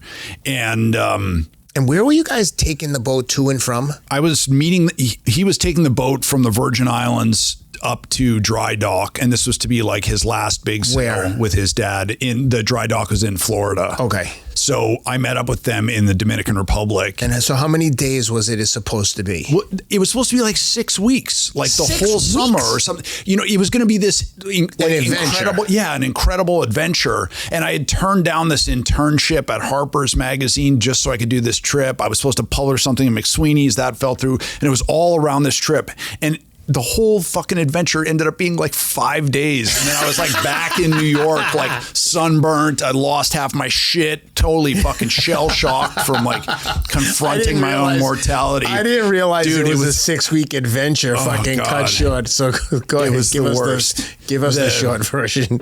Well, so people are like, shipwrecked? How do you get shipwrecked? And the answer is you make a series of tiny miscalculations. And that's all it takes. Well, they tell you in different recovery places where I've been, when I went to On-Site that we wrote about extensively, is if you're a ship on the ocean and you make a 0.5 degree change in the direction you're going, what's that going to look like in 6 months? Yeah. 6 hours, 6 days. You're going to be way the fuck off course. Yep. So tiny changes. So to your point, when you're in a sailboat, if you're off even slightly, especially in open ocean, not that you guys were in that vast of ocean, you were in the fucking Caribbean. There's islands every few miles. But so just to set the stage. So the first mate, Steve Baranowski, was steering, and I was trying to sleep in the front of in the front compartment, and then I just heard this horrible, tearing, incredibly loud, sustained crash, and the whole boat flopped over on its side. It's kind of funny. And I was like, we're all gonna die. And we managed to, and what had happened was that we were we had gotten a little bit off course, and then there was like a thin layer of clouds with a bright moon behind it. So it was this weird sort of diffuse light. Yeah. And where we ran aground, it was all this like navy blue volcanic rock with white bands of sand after it. And it just looked like a breaking wave. Yeah. And so we got everybody evacuated from the boat, and then How deep was the water it couldn't have been that deep if you had the keel hit, but it's all coral and rocks. yeah, it was and I like cut the shit out of one of my hands getting off the boat. And we'd been fishing off the back of the boat and losing fish to sharks, for the last like 3 or 4 days. So I was like, I got to stick this landing, So how far would you say that the boat was from like physical land, not like rocks and coral? We were right up on the volcanic rock. So you just had, volcanic rock is like jagged, like fucking broken it was glass. it was like all switchblades, Yeah. So I had the thought too that like if I slip and fall, You're gonna get fucked. Yeah, but we got everybody safely off, and then we just like sat and got hammered. Like we had whatever 10 bottles of red wine. Everybody fucking grabbed one of them, and just because what else do you do, So we just got like panic, cry. Peter was radioing for help and nobody was responding, so we just got drunk and like covered ourselves up with sails and like slept on the beach. And then the next morning, Peter was like, "There's Matthew Town 25 miles this way. I'm going to go for help." And I was like, "No, I'm going to go."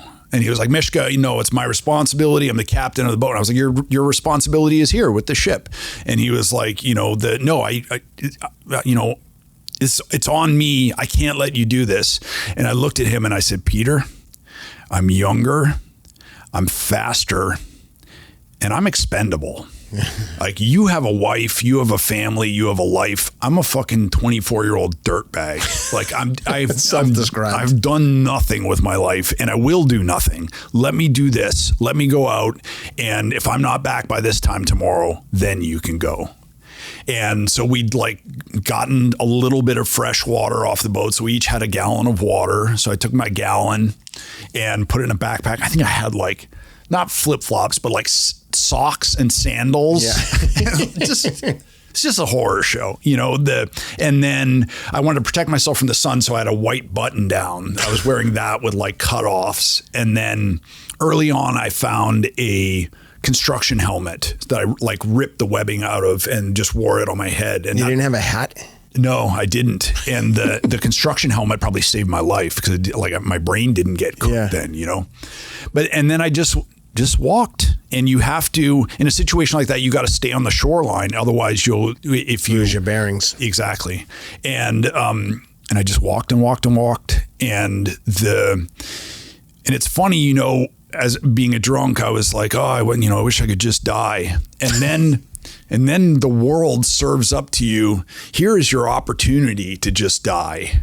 And I was like, I want to fucking live, man. I want to live so bad. I remember, this one moment, just like thinking about my mom and how I was never going to see her again. And this is where it was going to end. And I fell down on my hands and knees and I just cried and cried and cried and cried. And then I got up and I kept going because you had to. Yeah.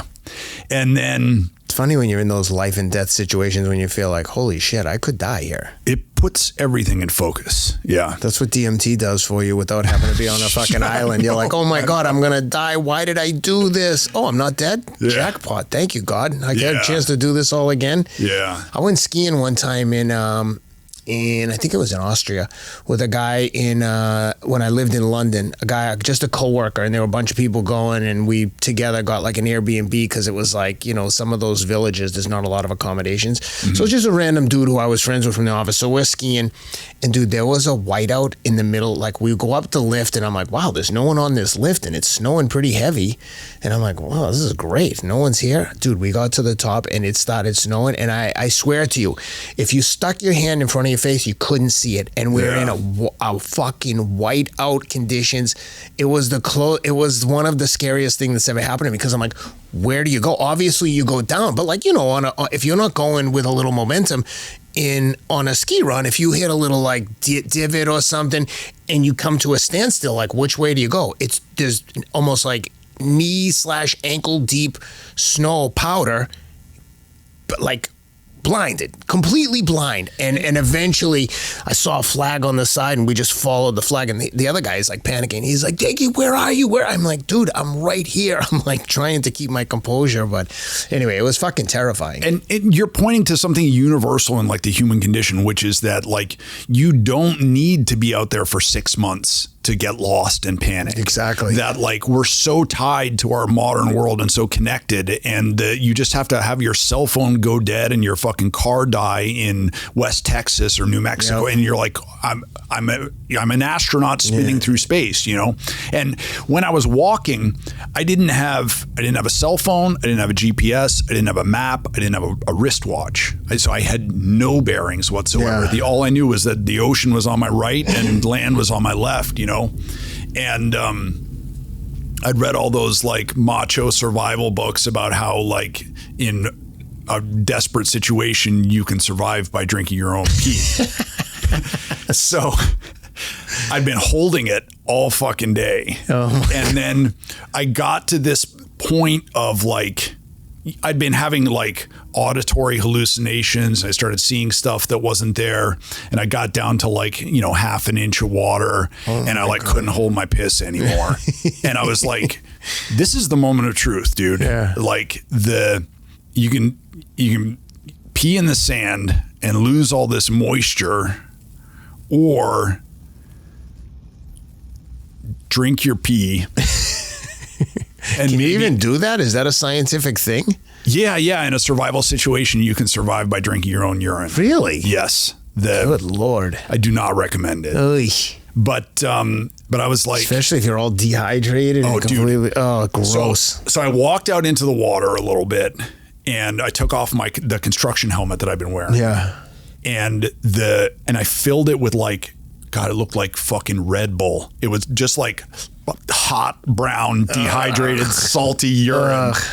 And moment of truth, right? You know, so I like fucking raised it to my lips, and I don't know if you've ever drank out of a punch bowl, but it's not designed. It's like dribbling out of the corners of my mouth, and like it's just it's the worst, Ken. It's just so horrible. And then I had like a couple sips of water. So I was like, just to wash the taste out of my mouth, you know? And I had this wave of nausea where I was like, I can't throw this up. Like I need to keep this moisture in me. And then when the nausea passed, I was like, if it's another 15 miles, 20 miles, 50 miles, I don't give a shit. You know, like I'm a survivor. I drank my own piss. I have what it takes to get through this. 5 minutes later, I got rescued. How'd you get rescued? So I'd been hearing boats for a while, the boats that weren't there. Yeah. And then I came around like this little cove, and I heard what I thought was a boat.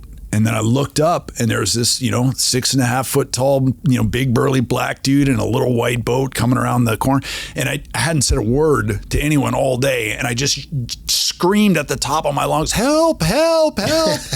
And he must have been like, who's this? And he was like, bro, I hear you. I'm coming, Calm down, you lunatic. His name was Casper. I'll remember his name for the rest of my life. And he was working with some biologists who are out banding turtles, who's a local Bahamian dude. So he came and like picked me up and brought me back to the biologists. And I was like, you got to get me to the Coast Guard station as quickly as you can, because I got 5 shipwrecked American sailors on the northernmost point of the island.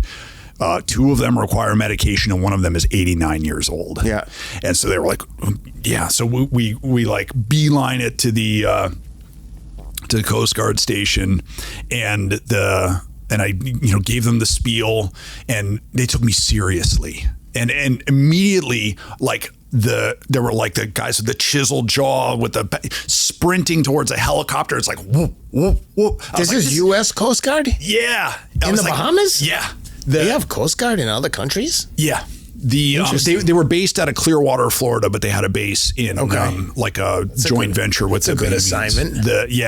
And I was like, this is fucking awesome. My whole life I wanted to be a hero. I'm the fucking hero. I saved the day.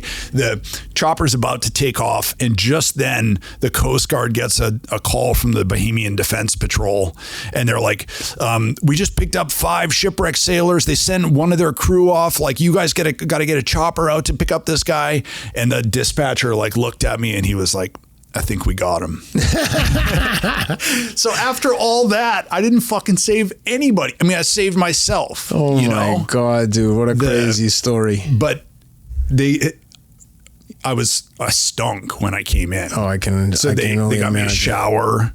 They got me a sandwich, 2 pieces of white Wonder Bread, 1 piece of bologna, 1 piece of American cheese. That's all they had at the fucking Coast Guard station? Yeah, it was like fucking army food, you know? I know, but if dudes lived there, you'd be like, hey, we live here. Let's make sure we bring in some gear. We got a chopper. We'll go wherever we want. I'll tell you what, that was the best sandwich I've ever eaten in my life. That's always the way it goes. But then they gave me a Coast Guard T-shirt to wear, and I still have it. I hope you still have it. I still do.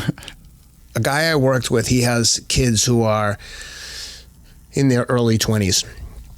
And I just worked with this guy randomly. And as I started to get some attention on social media and was running, one of the kid with the guy, my friend, Victor Lugo, told me, oh, my son Gabe is like a big fan of all your work. And so he was at Florida State. So every time we go down to 30A for fall break with the kids, which is the panhandle of Florida, which I used to call the Redneck Riviera because I'd never been there. I'm like, I'm not going to the Redneck Riviera. I want to go to like Miami or something. We went down there. I was like, this is the best place ever because you can drive. All the people from here are there. The water is gorgeous. It's awesome. I was so out of line to think it was like the Redneck Riviera. Parts of it probably are, but nevertheless. So when I would go there, I would call Gabe, this young guy who was like my friend, but like he could be my son, and he would drive from Florida State to come and run with me every day. Just the nicest, politest kid, graduated from Florida State, joins the Navy. He's like, I'm going to be a Navy SEAL. And I'm like, really? And he's like, soft-spoken kid, mild-mannered, but tough, willed himself to like a 2:35 marathon, something crazy. Like when he started running with me and just started training like crazy and got really fast.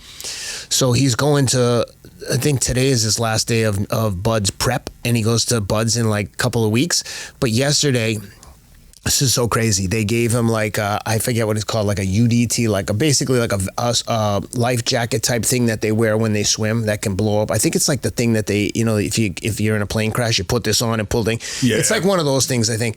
But stenciled on his thing is the last name, Rideout. Stenciled on, and so he put a line through it and put his own name on it. But he's like, dude, look at the vest that they gave me, and I was That's wild.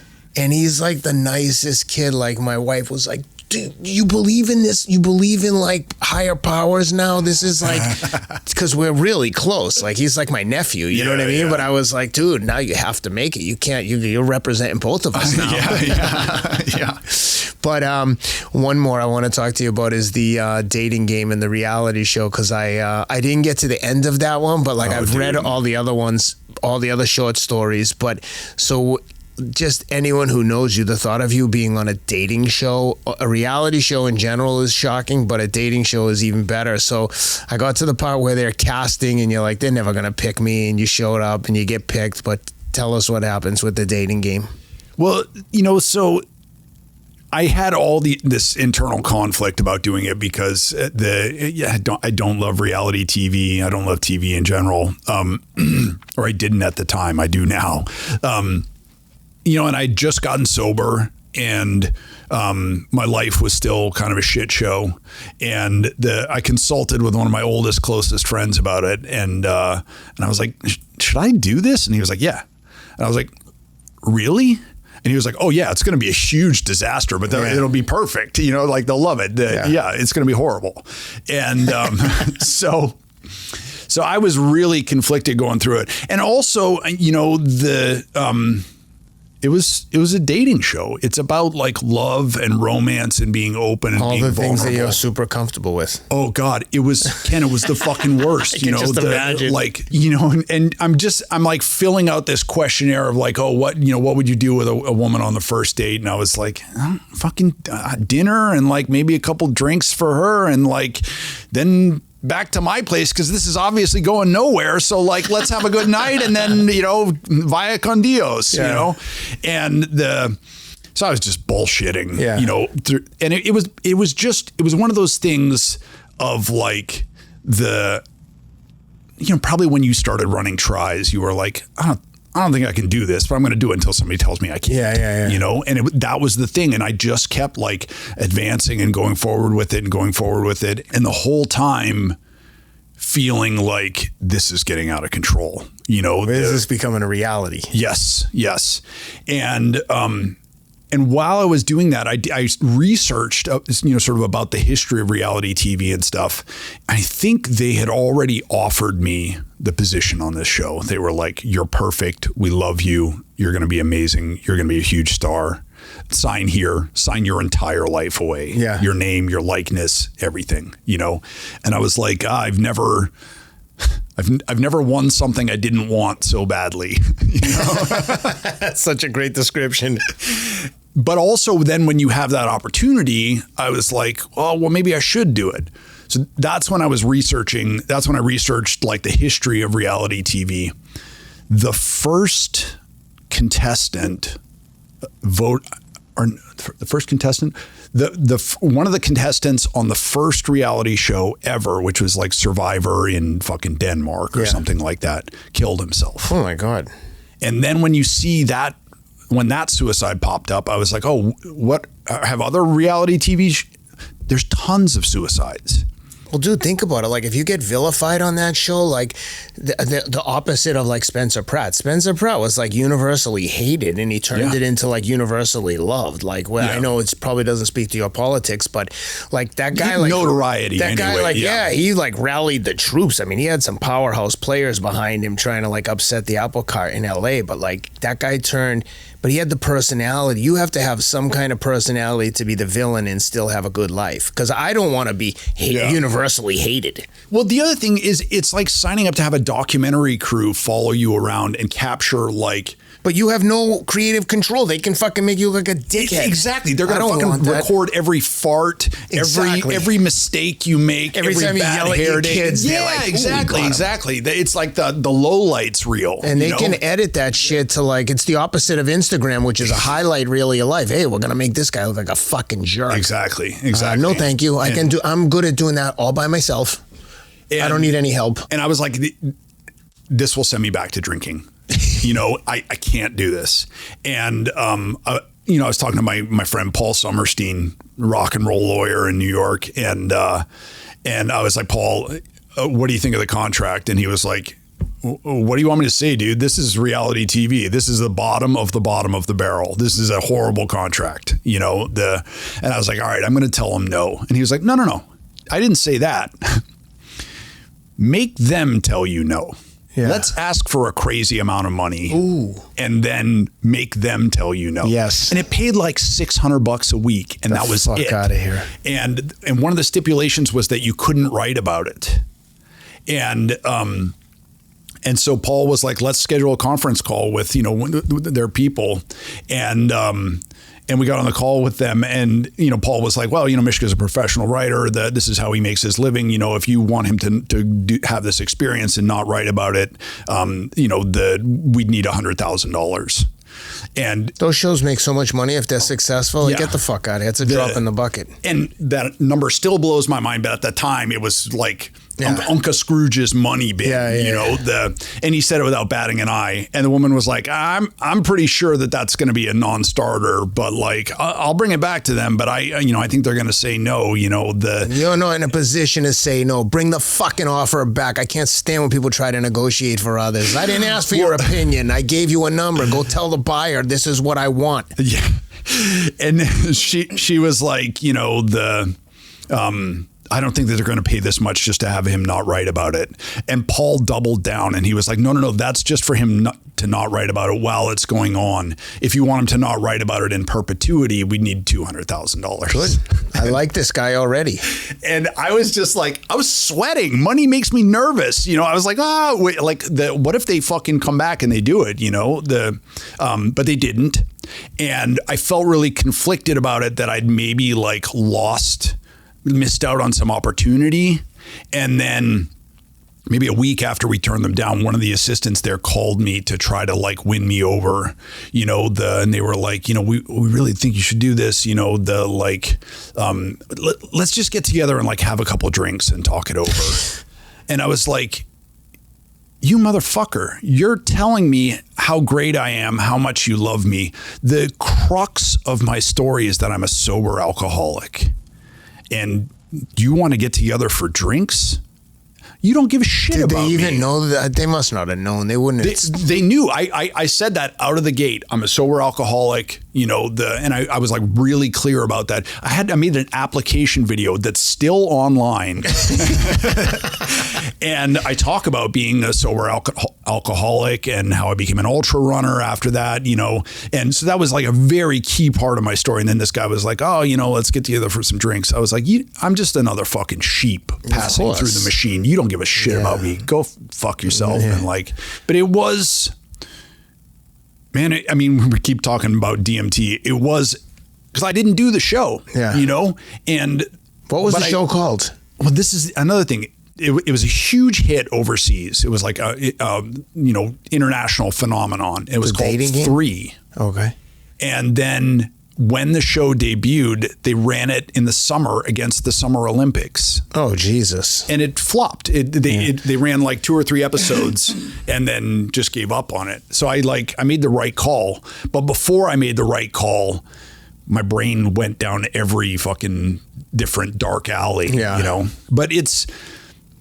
most of my stories don't involve this, but the Shipwreck story and the you know, the reality TV show, those are 2 instances where I actually did the right thing.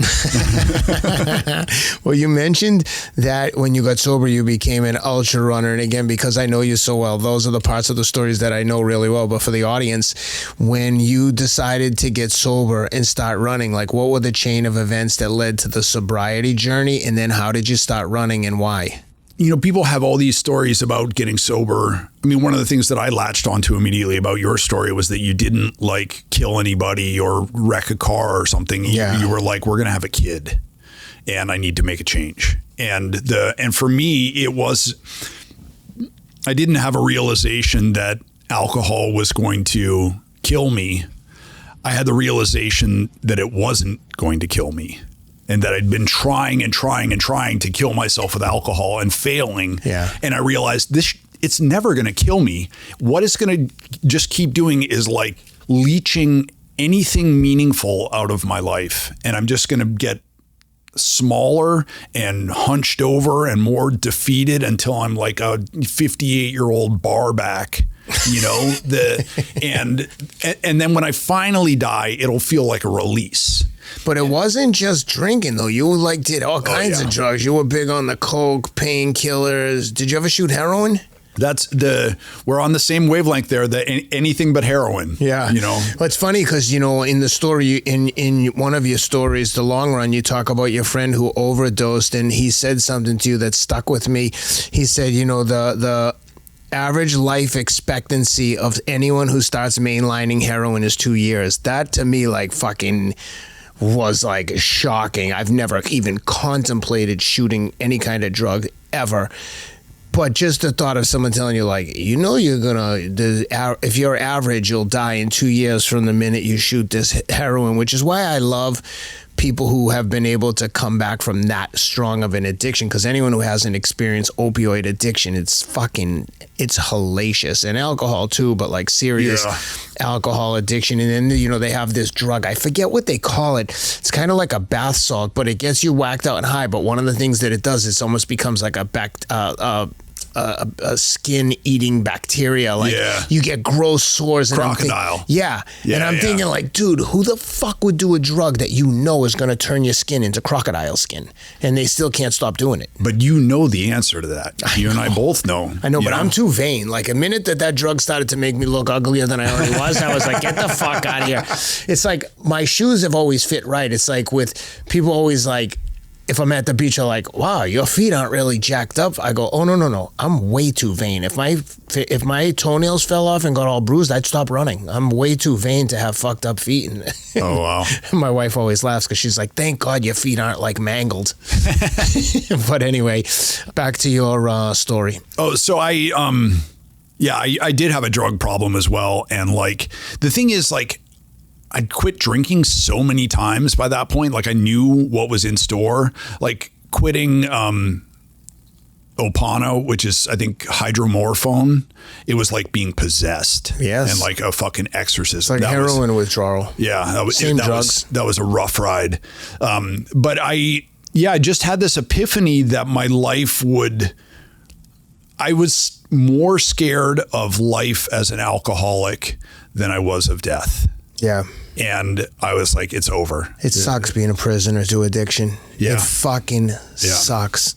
I was just like, I just can't fucking do this anymore. So I came home from a tour with my band, like basically locked myself up for like fucking 4 or 5 days of hell.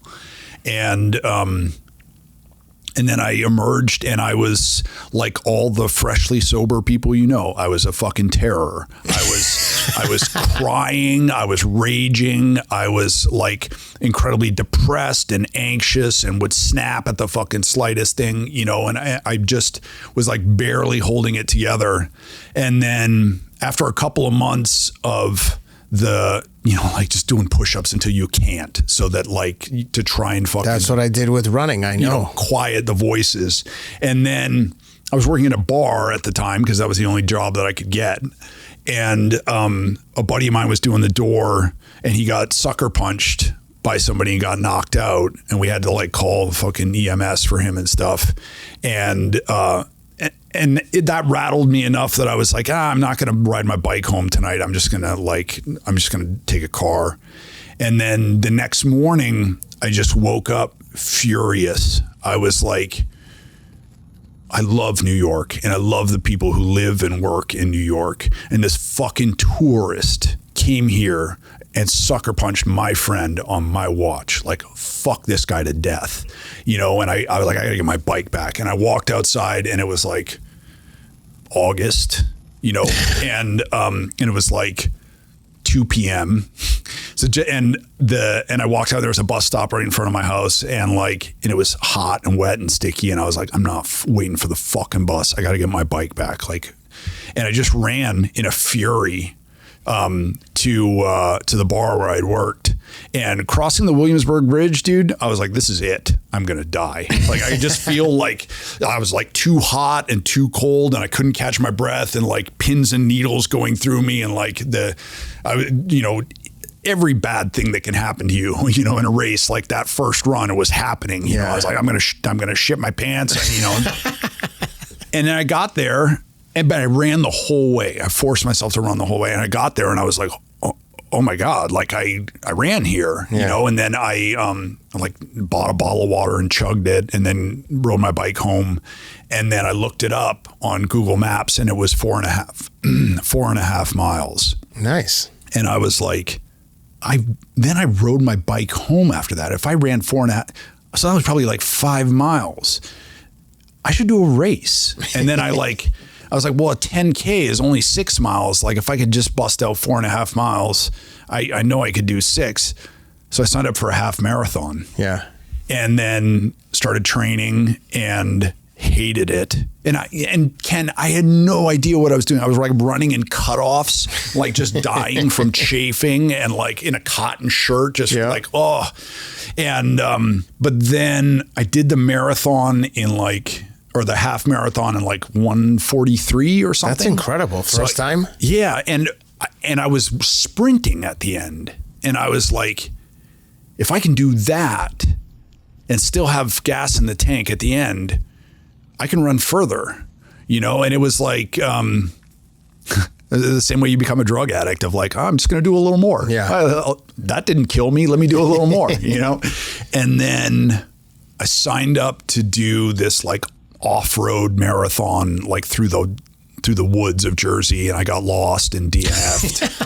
and then I had signed up for a 50K in Long Island, and just drove out there one morning, and I was a novice runner, so I didn't get that, like, if you're running an off-road race, the soonest you have to shit, go shit. Yeah. And I was like, I'm not going to poop in the woods, so I was just like, I ran like 32 miles, like holding it in. And I was like listening to like CCR on my, my iPod or something. And so I was like trying to sneak out farts, and I thought I was getting away with it. And then like one song ended before, and there was like silence, and it sounded like ducks, just like quack, quack, quack. But I ran it in like 6:35, and I was still running at the end. And, it was just one of those moments that, like, you and I have had in our lives sometimes, of just the world fucking opens up. And I was like, I can do this. Yeah. Like, this is bananas, That's the magic of doing physical challenges, is like, holy shit, I can do that. In a weird way, it's like my experience with DMT is like, oh, I can do that. I can do the most potent psychedelic on earth. Oh, I can do anything. Yeah. Even though, like, the other voice in my head is like, you can't do anything. You fucking fraud. Yeah, we got to find a way to, like, integrate those two voices to something that's, settled and rational. But I mean, part of being an addict is the peaks and the valleys. That's right. You get hooked on not just I sort of treasure some of the hangovers that I had, because I was like, I've never felt that bad in my life. I didn't know a human being could feel this bad. Yeah. I even sort of like almost enjoyed that experience because it was something novel, and then, when I discovered running, it was like, all this new stuff. And now, like, I'm running out of, that's one of the reasons I went in so hard on hunting, is it was a new thing. Yeah. And I feel now like I'm sort of running out of new stuff to try. So I have to recalibrate the hole in me that my dog and my beautiful wife, my cabin, that needs to be enough. That's got to do it without, God, when you invited me to do that, race in Kenya you were doing with, I was for Rangers. Because my first impulse was, fuck yeah, Ken's my boy. This is bananas. It would have been a disaster, dude. And I gotta like not do stuff like that. Oh, it was fucking awesome. I saw giraffes, elephants, saw all kinds of crazy shit while I was running. Yeah. And it wasn't my best race. I came in third overall, but it was an adventure, that's for sure. I fucking hate sleeping in a tent. And I was in like a 50-person tent. But one of the nice things about finishing first every day, or like in the top 3, is you could go and grab whichever cot you wanted. So I would always get the one, like if it was angled, it was a long army tent. If it was angled, like, so one entrance was closer to like the camp area where they were cooking and stuff, I'd get the further one, the first caught inside the door, so if I had to get up to pee, I didn't have to navigate through down the whole, it's like 100 yards long. Yeah. And the first night I got there late because everyone had gone there. I was such a pussy. I fly into Nairobi, and then they're like, okay, now we're going to take these buses to this Lewi game reserve. And I was like, fuck that. I had already known from Mongolia of taking a van like out into the desert, how much that sucked. Yeah. That was the worst part. So me trying to be creative, I was like, fuck that. I don't want to be in the van. Can I get a private plane to take me to this Lewi game preserve? And sure enough, there was like a shuttle service that lands on a grass airstrip. And I was like, fucking jackpot. Now I just have to hope that there's no weather and that I make it before so they get there in the morning of like Saturday, the race starts on Sunday. So they all get there, get set up, they all know each other. I take a plane because like I had some cockamamie story that I landed late, blah, blah, blah. I just didn't want to get in the bus. Yeah. And I land at the airstrip, and a Jeep. They send the Jeep over for me, and the Jeep brings. But now everyone's set up, so like the last cot is ready, and it's like in the middle of the tent, and I'm like, oh. So that was my motivation to finish first every single day. It's to get like set up, so I had it all dialed in, so I could clean my stuff up. I'm like super anal, and it's so funny that you'll like fly across the world for this fucking epic sufferfest that might end your life, but I'm not gonna fucking ride a bus. I want to control all the variables. I do have to say this, you know, talking about like the peaks and the valleys and trying to find a new thing and like trying to find something else that makes you feel pleasure or makes you feel alive or something novel. I will say that the last biggest new thing in my life was meeting my wife and falling in love with her and asking her to marry me and marrying her and not being a complete fuck up and failure as a husband. Yeah, you have a good relationship. That has just been like just a fountain of like positivity and good feelings. I feel, you know, people say like, oh, I felt seen. I'm like, for me, I don't want to feel seen. Yeah. Like I've been like trying to cover my ass my whole life. But she sees me. She knows who I am in intimate detail, and she loves that guy. Yeah. And it's also, you know, I told you, you know, that I had to explain addiction to her and explain the fucking brain damage that was sustained by living the way that we did. And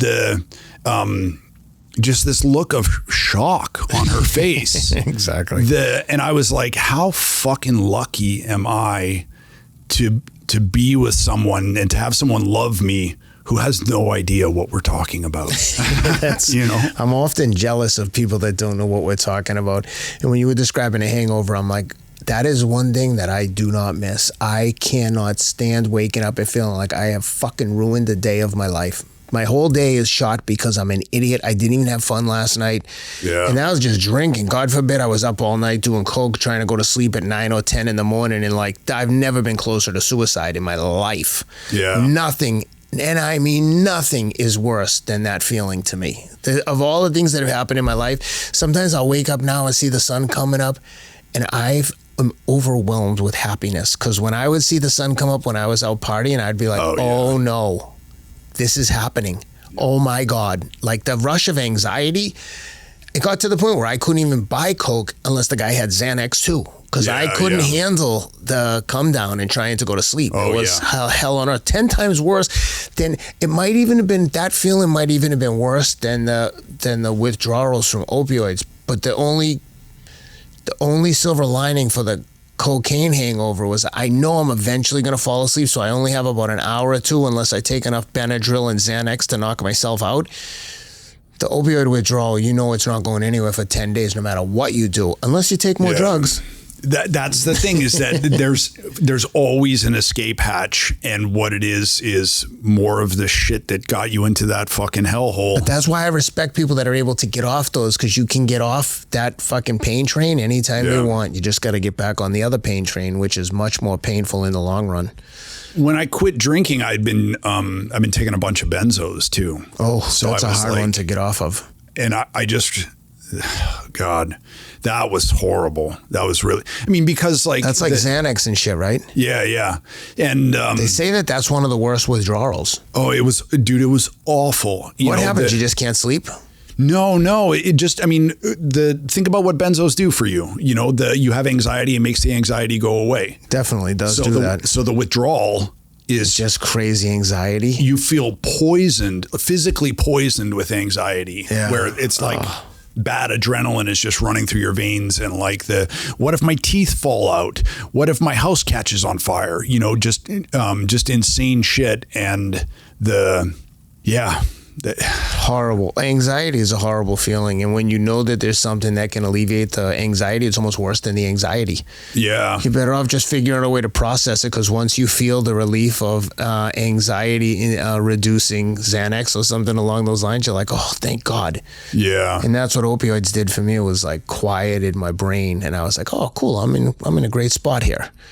And those medications work too well. Exactly. Where you're like, well, this worked on Monday. Will this work again on Tuesday? It'll fucking work again Monday morning. Will it work at lunchtime? Yeah. You know, that's where I got to that point. But I feel like I could talk to you all day. I don't want to keep torturing the producers on a Friday afternoon.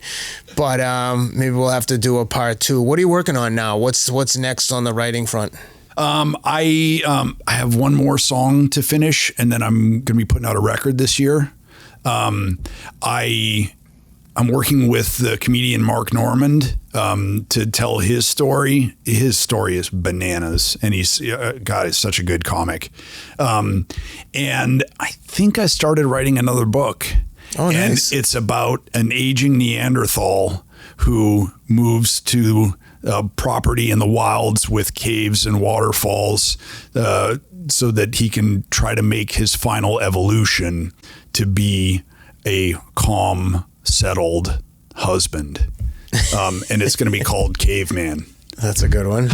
Well, I look forward to reading it. Well, like I said, I could talk to you all day. I appreciate you coming here. I love you. You're a good man, and I'm rooting for you to. What's the best prize a writer could win? A Nobel laureate? Honestly, sobriety. That fucking You're doing that. That beats anything. That's anything true. else, man. Without it, nothing else is going to happen. Yeah, it is the hard thing that makes everything else, doable. What's the top prize a writer can win? The Pulitzer. Pulitzer, that's what I was thinking. Yeah, I'll take one of those. I do have to say, though, Ken, like your presence in my life these last few years, nobody would think if they were choosing their angel, they would never be like, oh, I like gruff, let me see the Somerville section of your guardian angels. Catalog. I feel like I've grown so much these last few years just from the dialogue that we've had together and knowing that you exist, knowing that no matter how far I'm running or how fast I'm running, I'm like, that motherfucker Ken Rideout is running more than I am right now. And that inspires me. It keeps me going. So thank you, bro. Thank you for being my friend. I appreciate you, dude. And thanks for being with us. Hope you enjoyed the conversation. You can follow Mishka on Instagram at Mishka Shubaly. Yep. I'm the only one. The only one. That's the only Mishka Shubaly you'll ever know. And all his books are available on Amazon. Just search Mishka Shubaly. You'll see all of his short stories, his Promise I'll Make It Up to You. I swear I'll make it up to you. I swear I'll make it up to you. Memoir. Awesome stuff. Who wrote the foreword to I Swear I'll Make It Up to You? The foreword for the long run. For the long run. Our dear friend Rich Roll, and also a guy named Jeff Bezos. That's ridiculous. My favorite thing is like, yeah, you were like, when I met you, you were like, yeah, and Jeff Bezos wrote the foreword to my book. I'm like, wait a minute, what? That's like the afterthought? Very quickly, how did that happen? You miss all the shots you don't take. Yeah. I was talking to my editor, David Blum, who was a tremendous champion of mine, responsible for my entire writing career. We were running together one day, and I was like, I want to do a collection of all my, my short pieces, and I want you to write the foreword. And he was like, that's very sweet, but nobody knows who I am or gives a shit. You know what you should do? You should write to Jeff Bezos and ask him to do it. And I was like, how would I ever get in touch with him? And he's like, dude, it's Jeff@Amazon.com. That's true.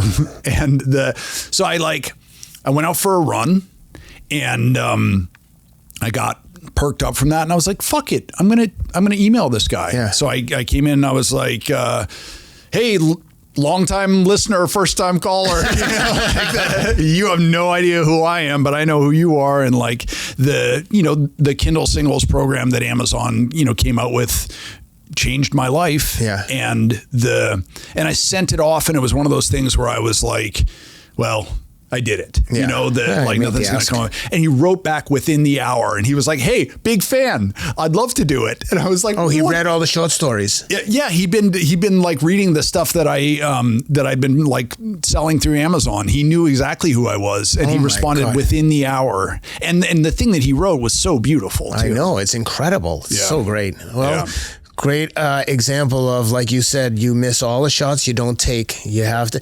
But I will say to the people who are about to send like 100 DMs asking me for shit, because this is how it goes. Like, there is a very fine line between persistence and harassment. If you send them a request or the ask and you don't get a response, do not fucking slay. Bumping this to the top of your fucking inbox. Like, don't think everyone sees everything. You don't have to. You don't have to do any. Yeah, bumping. I sent that one email and I wasn't going to send anything. So thank God it got to him. Exactly. Well, thanks again for doing it, guys. Please like and subscribe to the show. Love you guys. Boom.